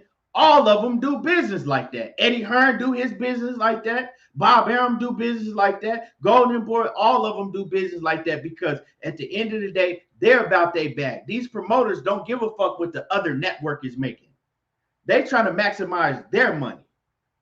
So what's going to happen is, and if you look how Shawn Porter's talking about the fight, Shawn Porter ain't talking. He's saying, well, you know, we'll let the business play out. We're going to see, you know what I'm saying? With Shawn Porter already know what's going to happen. Yeah, he ain't going to come on this fucking show and tell y'all. What's going to happen is when the fight has been mandated, right? They're not going to be able to come to a deal between PBC and Top Rank, because the truth is it's not a big enough fight to make it a cross-promotion fight. Now, Deontay Wilder and Tyson Fury is a different story. It's a big enough fight to make it a cross-promotion fight. Errol Spence and Terence Crawford is a big enough fight to make it a cross-promotional fight if they can agree to the split. Terence Crawford and Shawn Porter is not a big enough fight to make it a cross-promotional fight. So they're not going to be able to come to an agreement. The only way they'll be able to come to agreement if they say, okay, yeah, we'll do it cross-promotion where it's a PBC top-ranked fight. We'll have it on pay-per-view, and both that fight is not that, it's not big enough. It has to be at a certain level to get to that point. It's not at that level. So now it's going to go to purse bid. When it goes to purse bid, Shawn Porter, PBC are going to pull out of the purse bid. That's what a lot of y'all wasn't understanding on the video that I said. Oh, it has to happen. It's mandated. So let me explain to you, Money. When I made the video, right, and I'm explaining it just like I am now, a lot of people were coming on there saying, you don't know what you're talking about. It's mandated. That means it has to happen. It's no way it can't happen. And I said, bruh, I'm reading some of these comments and I'm like, these motherfuckers, how many fights have been mandated, right? How many fights? Nobody was on my fucking head because they don't know what the fuck they was talking about. You was reading the comments, worried about what they were saying instead of worrying about how the business of boxing works and how PBC and Top Rank do business, right? So that shit that they was talking about was ignorant. Motherfucker told me, was in there saying, oh, it's mandated, it has to happen. Nope, it's going down. How many fights have you seen that was mandated and didn't happen? Did y'all just come out of a fucking cave? Or y'all just don't pay attention? When a fight mandated don't mean shit. That don't mean you can force somebody in the ring. So Shawn Porter and PBC, I'm telling y'all what's going to happen. They're going to pull out of the purse bid. And when they pull out of the purse bid, Terence Crawford is going to be in the clear.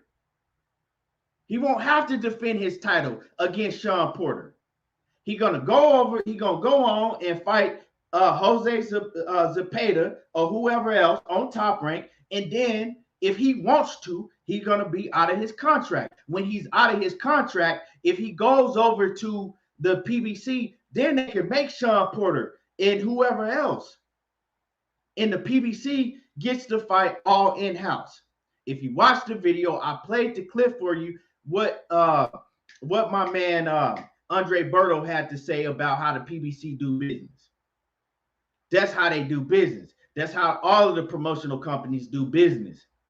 Why would they lose money on a fight of this magnitude when they could just wait for Terence Crawford to get out of his contract? Now, a lot of people say, well, what if Terence Crawford, first, I'm gonna bring your ass on here because you got a lot to say all the time. Now, what if Terence Crawford, right?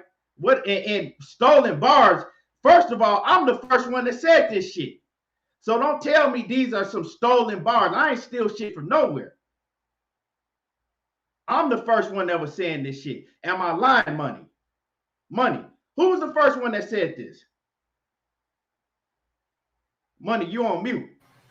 You say who's the first one that said it? Yeah, this motherfucker coming in here talking about I'm stealing from somebody else what somebody else said. Who was the first one that said this? Come on, bro. You know you ain't stealing from nobody else shit, bro. So first of all, I'm the first one that said this shit. Somebody tomorrow you stealing some shit from somebody. Yeah, you know what I'm saying? So anyway, right? What I was saying is that why would you do all of that, right? When you could just wait for him to become a free agent. Now, a lot of people saying, well, what if he stays with Top Rank? Well, Al Heyman and PBC, they're not worried about if he stays with Top Rank, because if he stays with Top Rank, now that's his problem. We don't need Terence Crawford. It ain't like that. We just like, oh, we need a Terence Crawford fight on PBC. If he stay with Top Rank, that's gonna be his problem. That's the last thing they worried about. They have a whole stable of fighters that can continue fighting each other in that stable.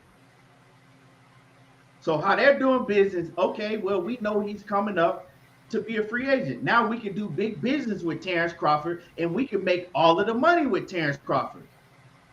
All we got to do is wait for one more fight, and he a free agent. So why the fuck would we go into purse bid or, you know what I'm saying, make it to where we lose half of the money and we got to split it with Top Rank? No, we don't do business like that. So the fight is not going to happen. And the only way that the fight is going to happen, right? Only way it's going to happen is if Bob Arum says, you know what? I'm going to go ahead and pay Shawn Porter the money that they want to be paid, which is going to be a whole lot of money to go over to Top Rank and fight on the Top Rank platform. Period. If the only way this fight will happen, if Bob Arum changes his whole ways, how he's been doing business for 60-some years, and say, look, you know what? I'm gonna come out of my pocket for Terence Crawford again. I'm gonna risk losing a whole bunch of money. And you know what? I'm gonna pay whatever Shawn Porter asks to come on this platform. Because y'all gotta understand, use common sense. Shawn Porter will have to go to top ranked platform and fight.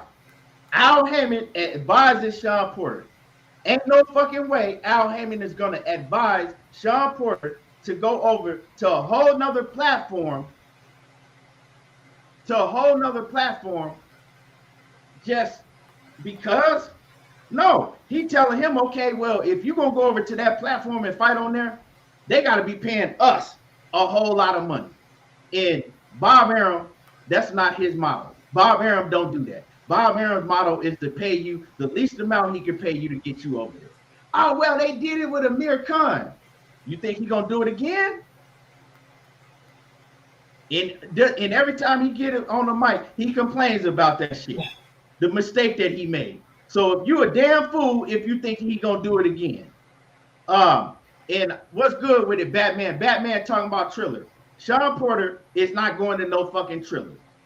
Straight up and down. Triller still ain't even paid. Triller still ain't even paid Mike Tyson. Tyson and Roy Jones. Y'all forgetting. Al Heyman is the advisor. Al Heyman ain't no fucking fool. Al Heyman ain't going to advise him. Yeah, go ahead. I'm gonna go ahead and leave the purse bid open so you can go to Triller. Come on, bro. Look what happened with that shit with Teofimo Lopez. It ain't happening. But see, some of y'all know too much. Now, what probably is gonna happen, and I've got word, like I said, from somebody very close to the situation. What's probably gonna happen is Shawn Porter is probably gonna fight, end up facing Jamal James for that WB, for the regular title, for the WBA regular. He gonna end up probably fighting Jamal James. Now, I tried to tell you, and everybody that had a whole bunch of shit to talk, I want you to keep that same energy when the fight don't happen next. Keep the same energy and drink more water. You need to drink more motherfucking knowledge. For real, because you've been having a lot to say. How about that? You need to drink some goddamn smart water when it comes to this boxing shit. But go ahead, Money. Yeah, I'm actually one of the people that think the fight is still going to happen. You know what I mean? I still think Bud and Sean go get in. I look at it like this, man. Even though Sean's saying he can't say too much about the shit, and it is a possibility that it won't happen, because he did mention Jamal James' name for himself, and he did mention Dennis Ugas for Keith Thurman, which we see that Ugas is about to face Fabian Madonna, Marcos Madonna, younger brother, and we don't know who the hell Thurman about to go up against. So when I look at that situation, with Shawn Porter saying, this is the biggest fight that he can get at the moment, the biggest crowd that he can get, things of that nature. I just don't know how this shit go play out and what's going to happen with the situation, because there's a whole lot of shit behind the closed doors that's going to have to take place. But I just look at it as you don't know if Bud going back to top rank or whatever the situation is, and for the WBO to come out and just mandate this motherfucker like that out of nowhere, out the clear blue, something got to be going down, bro. Something got to be going down. Now, once again, if it go to purse bid, it could have a whole lot of things at fault, because a lot of people can start bidding on this shit, and they can start to, start putting their hands in on it and see if they can get the fight. To where PBC could bag out of the fight and tell Shawn Porter to bag out the fight. But if it go to a purse bid and the money is good, and the shit's sitting up there, because Bob Arum can let it go to purse bid, even though we saying Bob won't let, Al won't let Shawn come over to the top rank stable. Shit, will Bob let Bud go over somewhere else and say, well, we still got your ass for another fight? So it's a lot of scenarios they can play out with this situation. But for as Terence Crawford coming out saying he ready, this is it, you know what I'm saying? And Shawn coming out saying he want the fight and shit like that, they could wait for another fight. But, people knowing for waiting on the fight, anything can happen in the next year or two, or whatever the situation is, you trying to wait for the fight and shit like that. Anything can happen. So when the opportunity sit right there and it's for you, and it's a good ass opportunity because they did raise the price on the purse bid for us the the percentage that you get that you normally get. So I think they made it 60-40. And I'm thinking Shawn Porter and them liking that shit. I'm thinking Shawn Porter, Kenny Porter and them liking that shit, especially if that bitch go on pay per view. If they try to get it on pay per view, things of that nature, we don't know if it'll be on pay per view or not. But it's still just a whole lot of situations that goes on that benefits Shawn Porter at this moment. It's still beneficial towards him. So I can look at it as Shawn Porter saying, you know what, I want this fight, let's make it happen. You know what I mean? Or Kenny Porter telling Al, well, this is the fight I want for my son.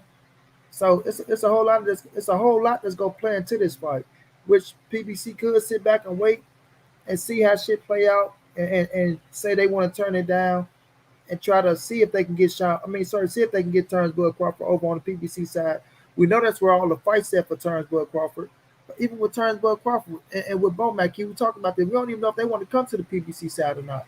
Them motherfuckers can probably want to go on over to Dazn and go fight the European fighters over there that they got put up and say fuck the PBC fighters. Well, they don't want to fight me no way. So let's go over here and see what Dazn talking about. See if they can pay me some good money like Bob Byrne been paying me and fight these motherfuckers over here because outside of the PBC fighters, there's still some names out there that they ass can fight that they can say can put in there for Terence Bud Crawford and use Terence Bud Crawford name as the headliner. So it's still names out there that they can put in the ring with them. So at the end of the day, it's a hell of a fight. A lot of people still want to see this fight. It's a hot fight at the moment. So I still believe this fight gonna happen. I still believe something gonna go down to where Shawn Porter, Terence Bud Crawford versus Shawn Porter, the A side first, that this fight still take place. So I ain't counting this fight out as not happening next. I'm still one of them dudes that say that we do get Shawn Porter and Terence Bud Crawford next. Yeah, the fight ain't gonna happen next. And I'll be willing to anybody that think the fight gonna happen. We can put a wager on it. Simple as that. The fight is not gonna happen next. It makes no sense to Al Haymon and PBC, even though you guys are saying, oh well, they upped the purse bid to 40%. Yeah, that's cool. But the way that they do business is not how that works. They don't care that, like, if Terence Crawford does not sign with the PBC, that ain't their problem.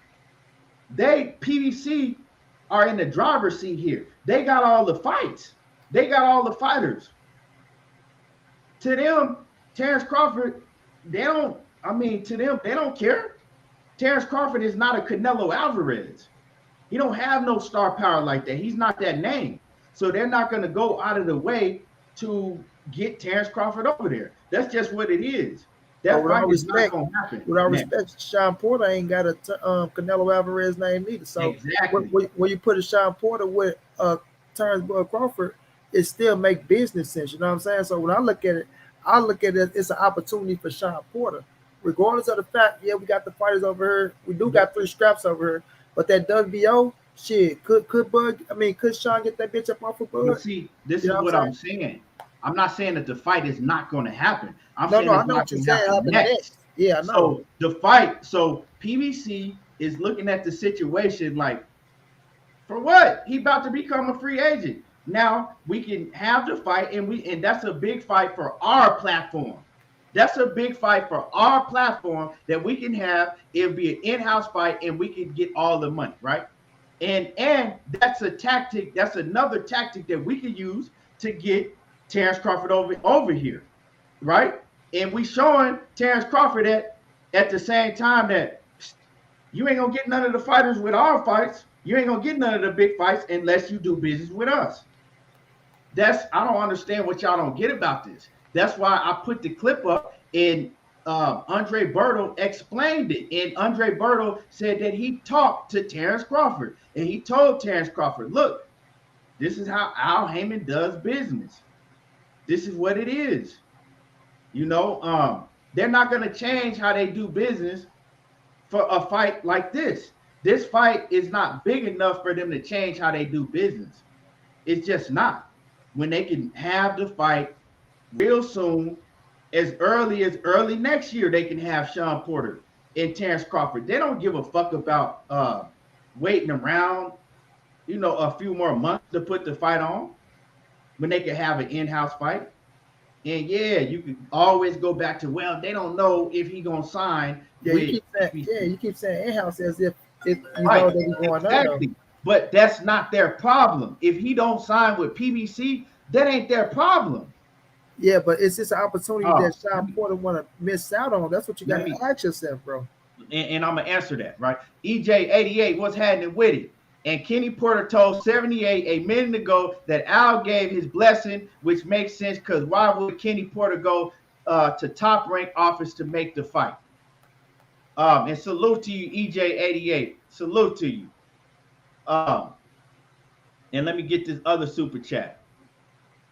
He says, I get it. It's like PBC trading away all their draft picks and cash just to get Crawford when they can sign him through free agency. It's simple as that. I mean, period. You put it in good perspective.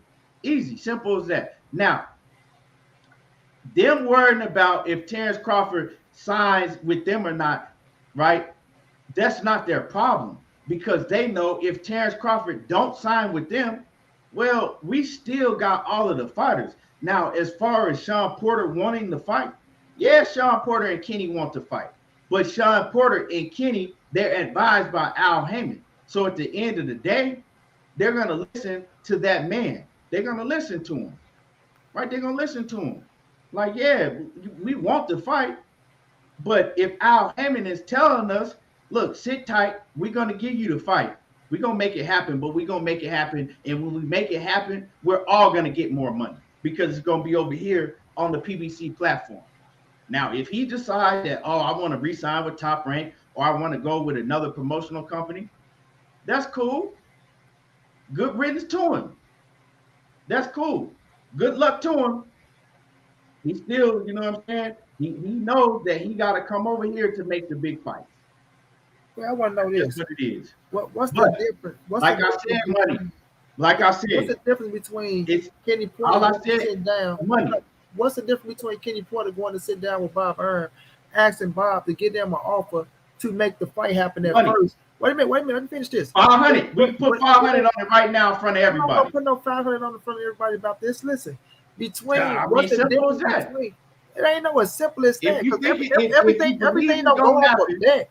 Everything if don't go you off of believe that. it's gonna I'm happen, telling let's you, this put thing can 500 happen. on it. Everything don't go. You don't have to put money Hey, on if you everything. believe Everything's it's not gonna gonna happen, happen, let's bro. put the bread on it. Listen, what's the difference between it that Kenny Porter going to sit down with Bob Earn saying, give us an offer, right? What's the offer for the fight to make the fight happen? When they were just at the mandatory position, the number one fight, where people were saying make the fight happen, is no difference from right now from them still wanting to fight because they're not out of the fight or they don't have anyone to fight right now. So at the end of the day, when we look at the situation, they still in the same position if they wanted to fight then, and it's happening now. Bud didn't have a fight. So when I look at the situation, I say, look, it's an opportunity for Shawn Porter to fight for a world title again. It's Terence Crawford, somebody that he hasn't fought, like you said. Even though it ain't, we can say, yeah, Terence Crawford ain't got no Canelo Alvarez name. Shawn Porter don't have a Canelo Alvarez name. Shawn Porter's looking for opportunities. Now, yes, the Jamal James fight is there. You ain't gonna make the same amount of money fighting Jamal James that you're gonna make fighting Terence Crawford. And to sit back and say, okay, well, you can wait and see, and then he go come to us. What happened if it don't transpire like that? If he don't come out, you saying, well, we still have all the big fights over here, this, that, and the third. Yeah, but it ain't Terence Crawford. You know what I'm saying? So he probably want the Terence Crawford fight, and they probably want that fight. So to me, I look at them being in the same position, right? Really kind of a better position if they up the percentage wise what Shawn Porter then was looking for. So it's gonna come down to say, wait, let's see what happened in them 30 days when they go to a purse bid, if they pick up on it, or do Top Rank just come out and make an offer to their ass. So I still feel like the fight is gonna happen, and we just gotta wait and see what happens with it. 817B. I explained how Bud keeps the belt. I said that. I said when Shawn Porter and PBC pull out of the purse bid, right? When they can't get a deal done, and it goes to purse bid. When Shawn Porter and PBC pull out of the purse bid, well, he not. He doesn't. They don't have nothing to do with Bud. He keeps his belt. Simple as that. He keep his belt. They pull out of the purse bid. He keep his belt. As simple as that. Now drink more water. You keep on saying stuff like, "Oh, now it makes sense." When I said it, it didn't make sense. When have I ever had dialogue with you about this situation on any channel? Whatever you said at BFTV, whenever you did say it, I didn't hear it. I don't know what you said over at BFTV channel. I didn't hear that shit. Yeah, that's my brother. I fuck with BFTV. But when you was on there saying whatever you were saying, I didn't hear you say that. So I don't know what you're talking about. Me and you have never had dialogue about this where you said the same thing that I'm saying. So whatever you talking about, I don't know what you're talking about. I know what I've been talking about. Money Brown can tell you, me and him have had conversations off the line. Before I even said anything about this to y'all, I talked to him behind the scenes about the shit. And back that up, drink more water. I don't even remember saying your ass saying what you said. So if you saying you said the same thing, then all you have to say is, okay, man, Keon, we thinking alike, but don't come here saying somebody, oh, you stealing my bars, or motherfucker saying you saying something, and then somebody come over and say what you said. Like I go from channel to channel to see to see if you jumping on the panel and to see, come on, bro, like, are you serious?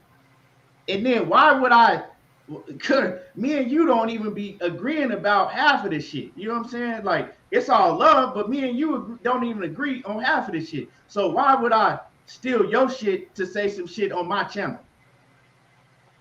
Make that make sense, please. I'm saying Drake in the bitter. Drake, what's going down, Drake? But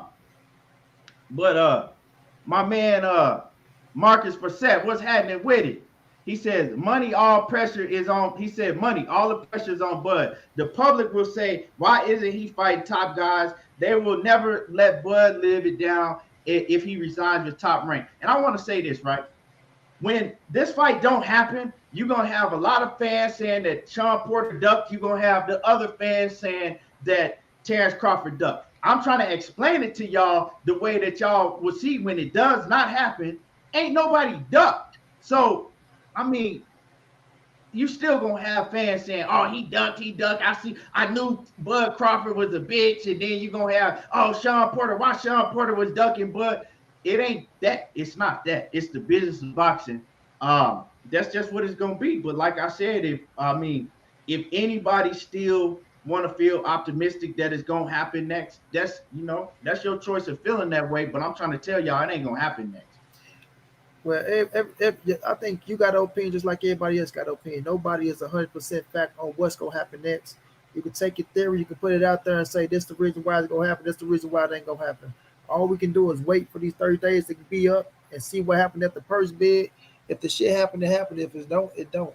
But I feel like this shit happened next. Like I said, and shit.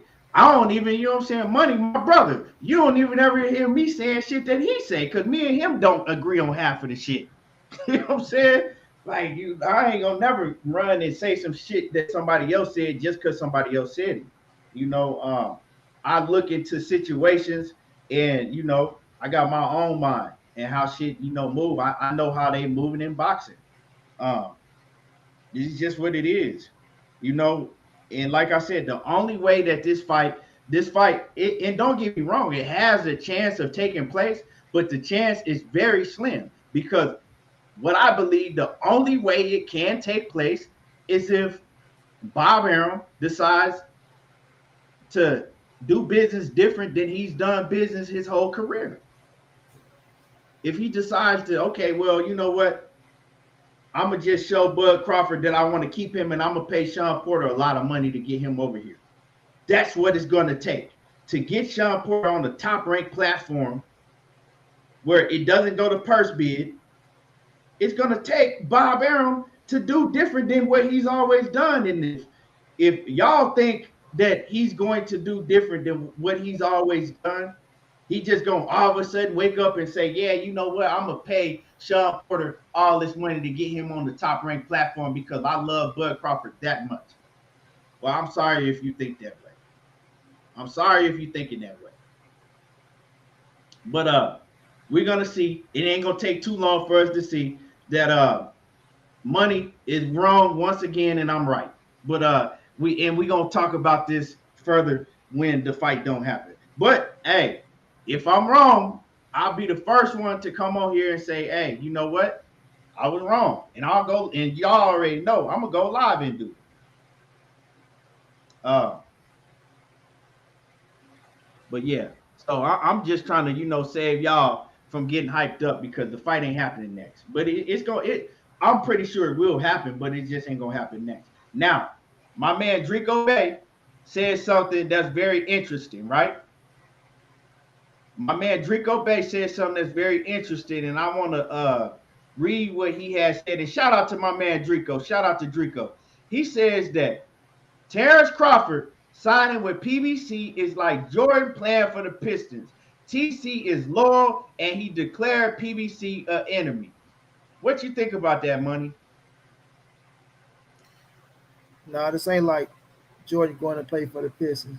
This is TC doing what's best for his goddamn career, and you better wake his ass up and understand what's going on.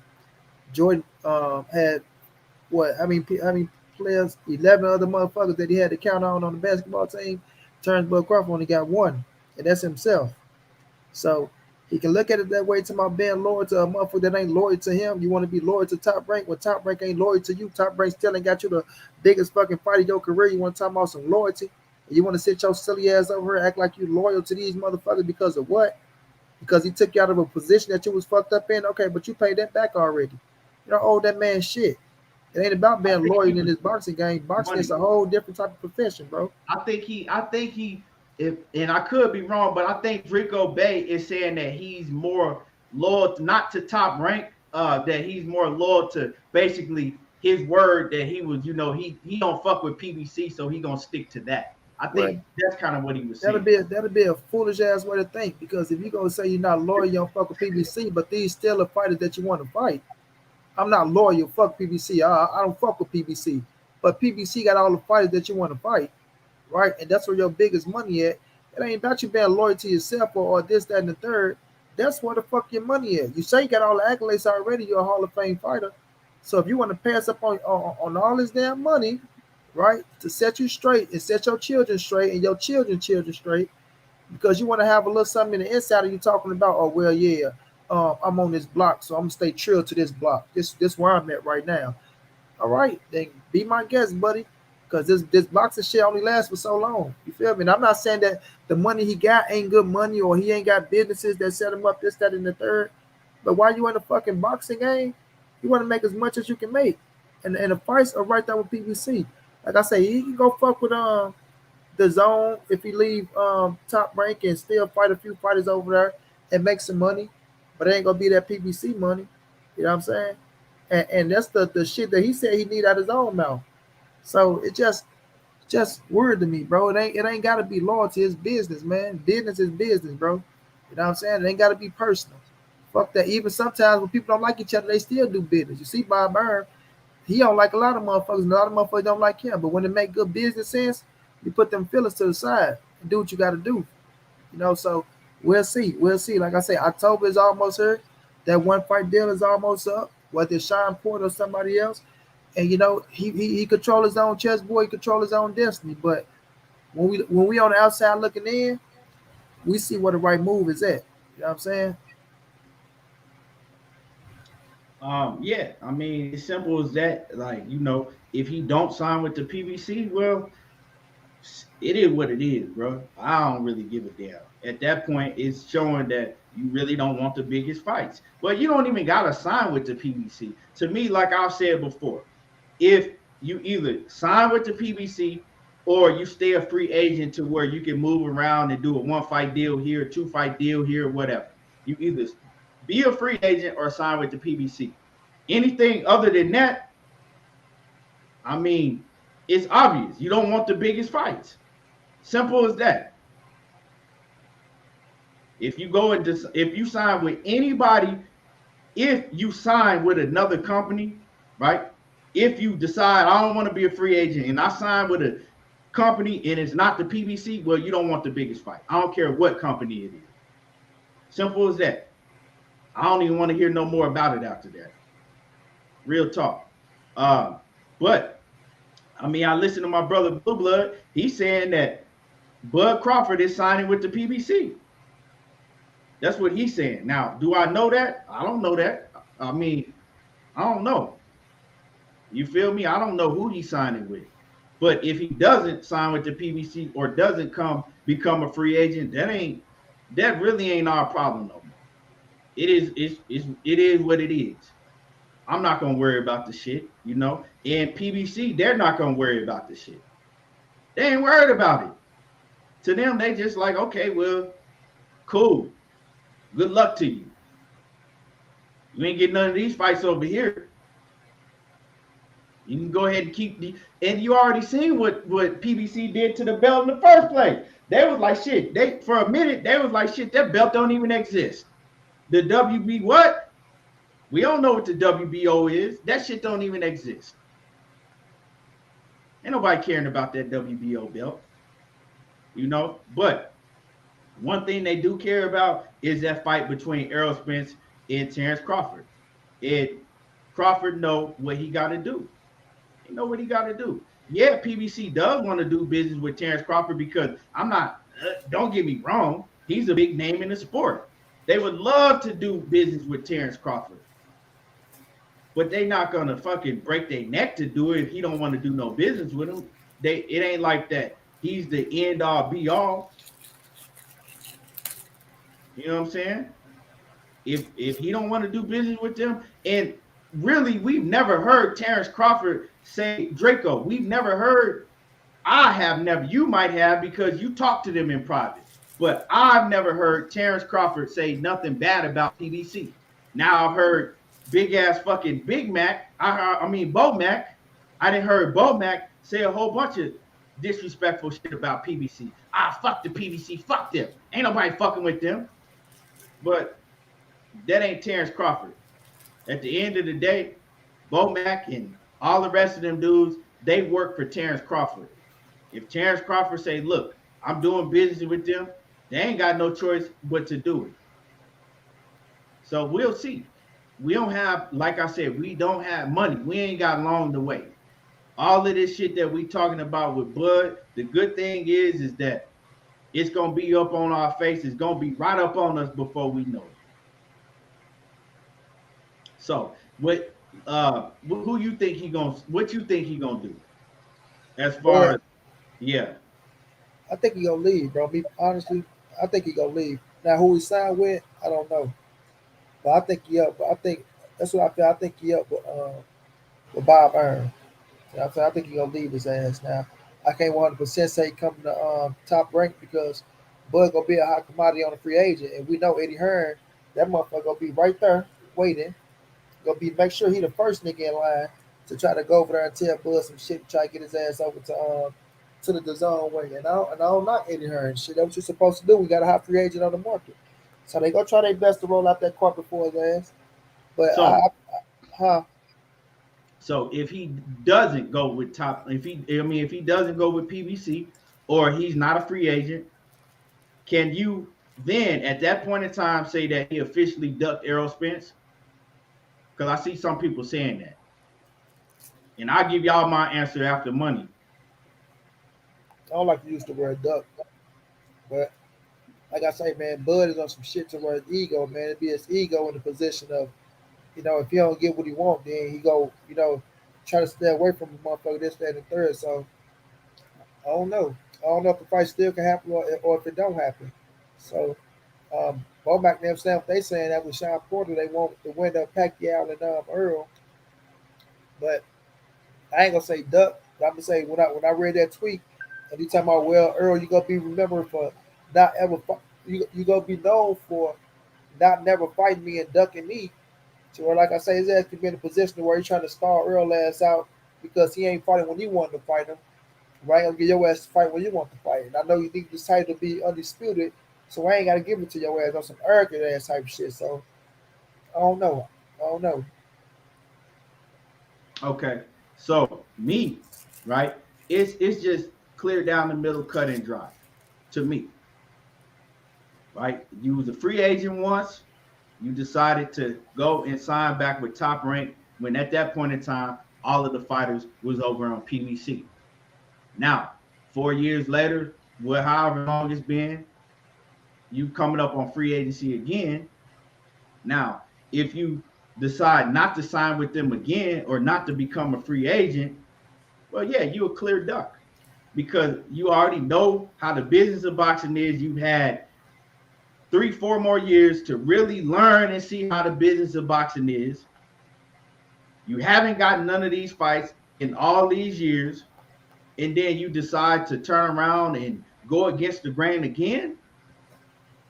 Oh, yeah, definitely you're a duck. To me, that will show that you have no intentions on fighting the best competition.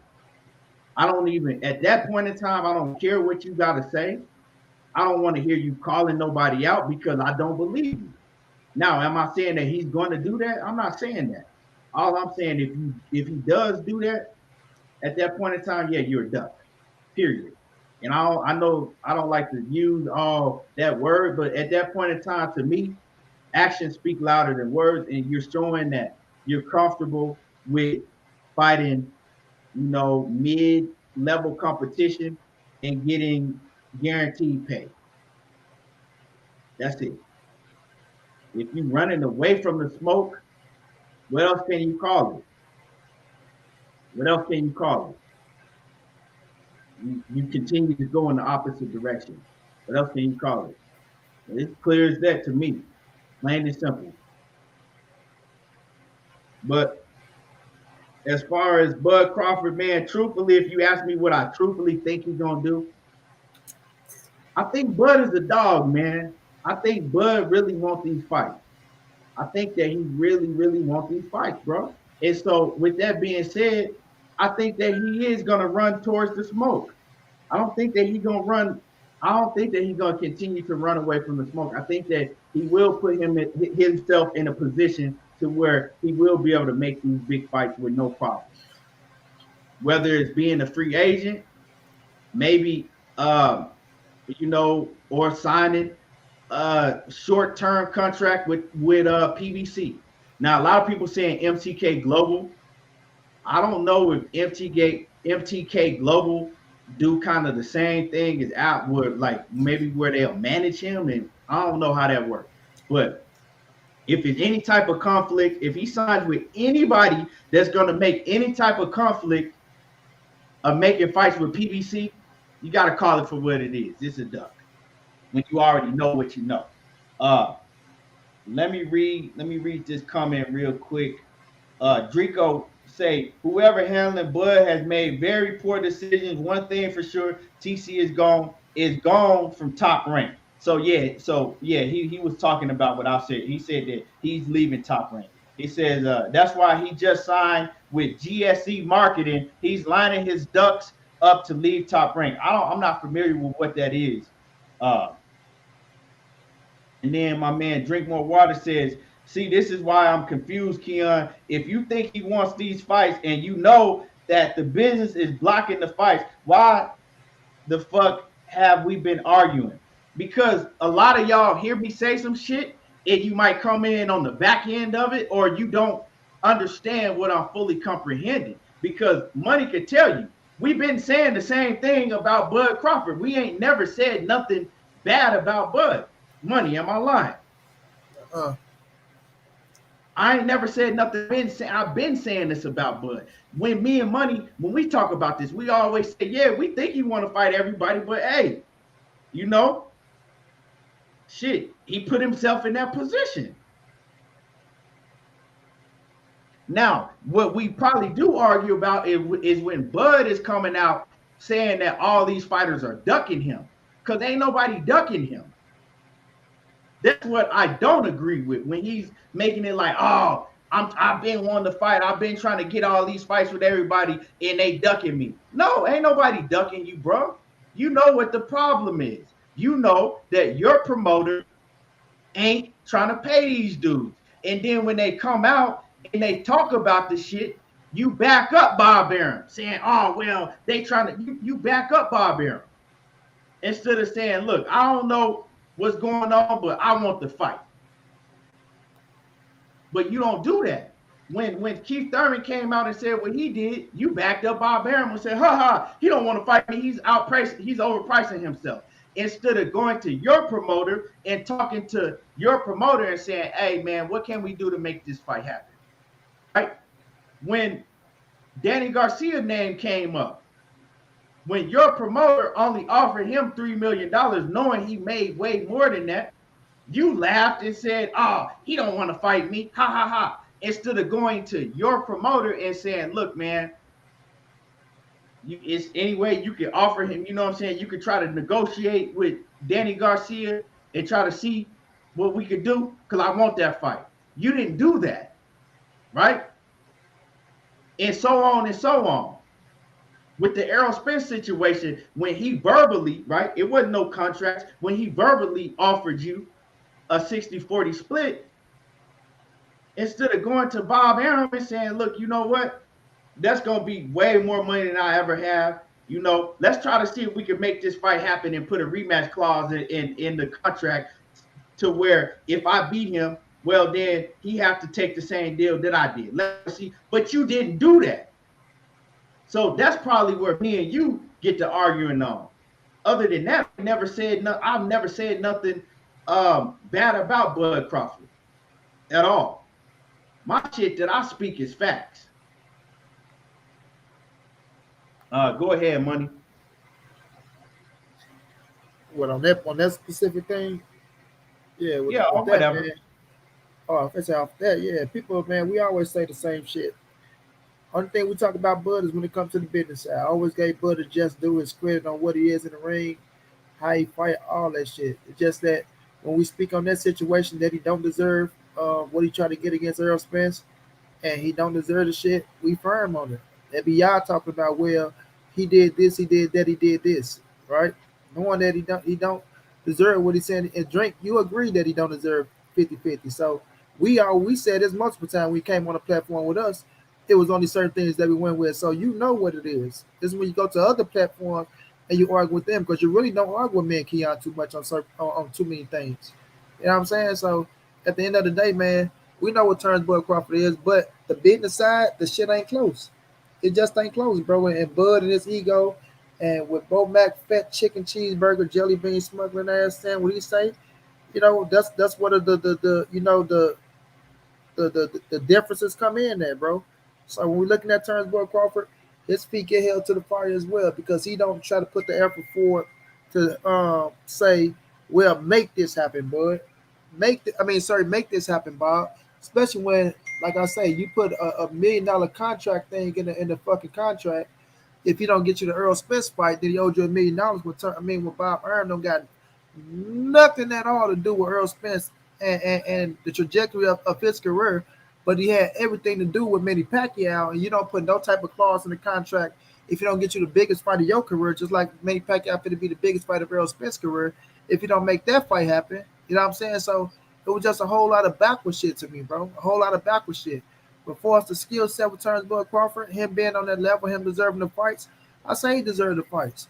But if you want the fights, you got to make sure your promoter do what he got to do to get you the fights. And Bud never looked like to me that he tried to step on Bob Arum's fucking neck to force him to get him the fights that he deserved. Even with the Manny Pacquiao shit. And he said this shit multiple times, how he stopped the Manny Pacquiao fight. And then the last straw to break the camel's back is when he came out and talking about the fucking what is it, King? Oh, we got the big announcement coming up, and he ain't give us shit. And right. We set up there, we did shows speculating on who the fight gonna be. I said it was gonna be Manny Pacquiao. Everybody sticking their tongue out, $9.99 and all this shit. I right? won $100 off of that though. Yeah, no doubt. Remember, dude said it was gonna be Keith Thurman. Yeah, sent to the cash app.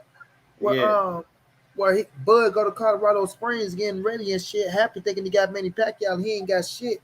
And not only that, you ain't got shit, he didn't even try to plug somebody in. Like, he didn't even try to say, well, okay, we ain't got Manny Pacquiao, but I know you training Bud. We got a date for you. So guess what? I'm gonna go get Cepeda, or I'm gonna get anybody to plug in to get you a fight because you know Manny Pacquiao fell through. He didn't even try to waste his time to plug somebody in and get Bud a fight and pay that man so he can fight twice a year. He just said, fuck it. Well, it didn't happen. It didn't happen. So we'll get to you when we get to you. Like, you just a nobody.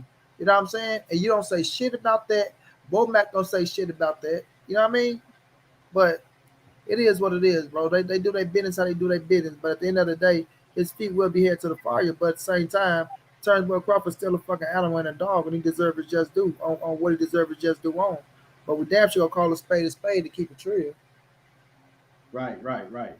So we're gonna get to see all of this back and forth of is Bud this and then Bud that. We're gonna find out and we're gonna be able to put this chapter to a close very soon. And it all depends on his next move. Hopefully he make his next move his best move. She did. Man. And that's just basically, man, I don't have nothing else to say about that today.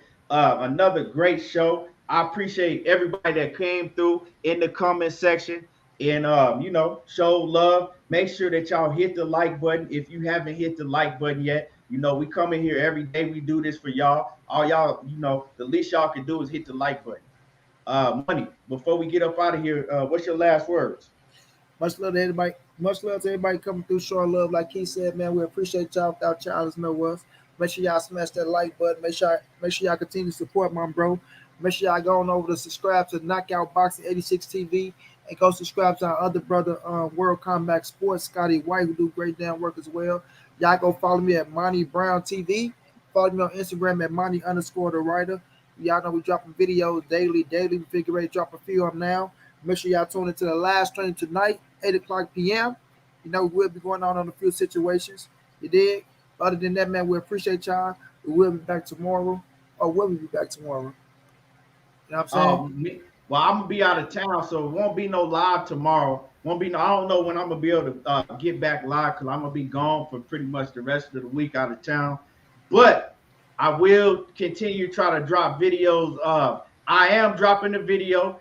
I'm probably within the next 15 minutes. I'm gonna have a video dropping. So make sure that y'all look out for the video. It's gonna be hot. I'm explaining everything what Caleb Plant had to say about the whole Canelo Alvarez situation and what's going down with that situation. So make sure that y'all watch out for that video and check out that whole video and hit the thumbs up on that. Like I said, I appreciate everybody that came in and money will be on tonight. He gonna be cooking and y'all already know how I do. They ain't gonna talking that boxing again. And hit that like button. I appreciate y'all and I'm gone. No doubt.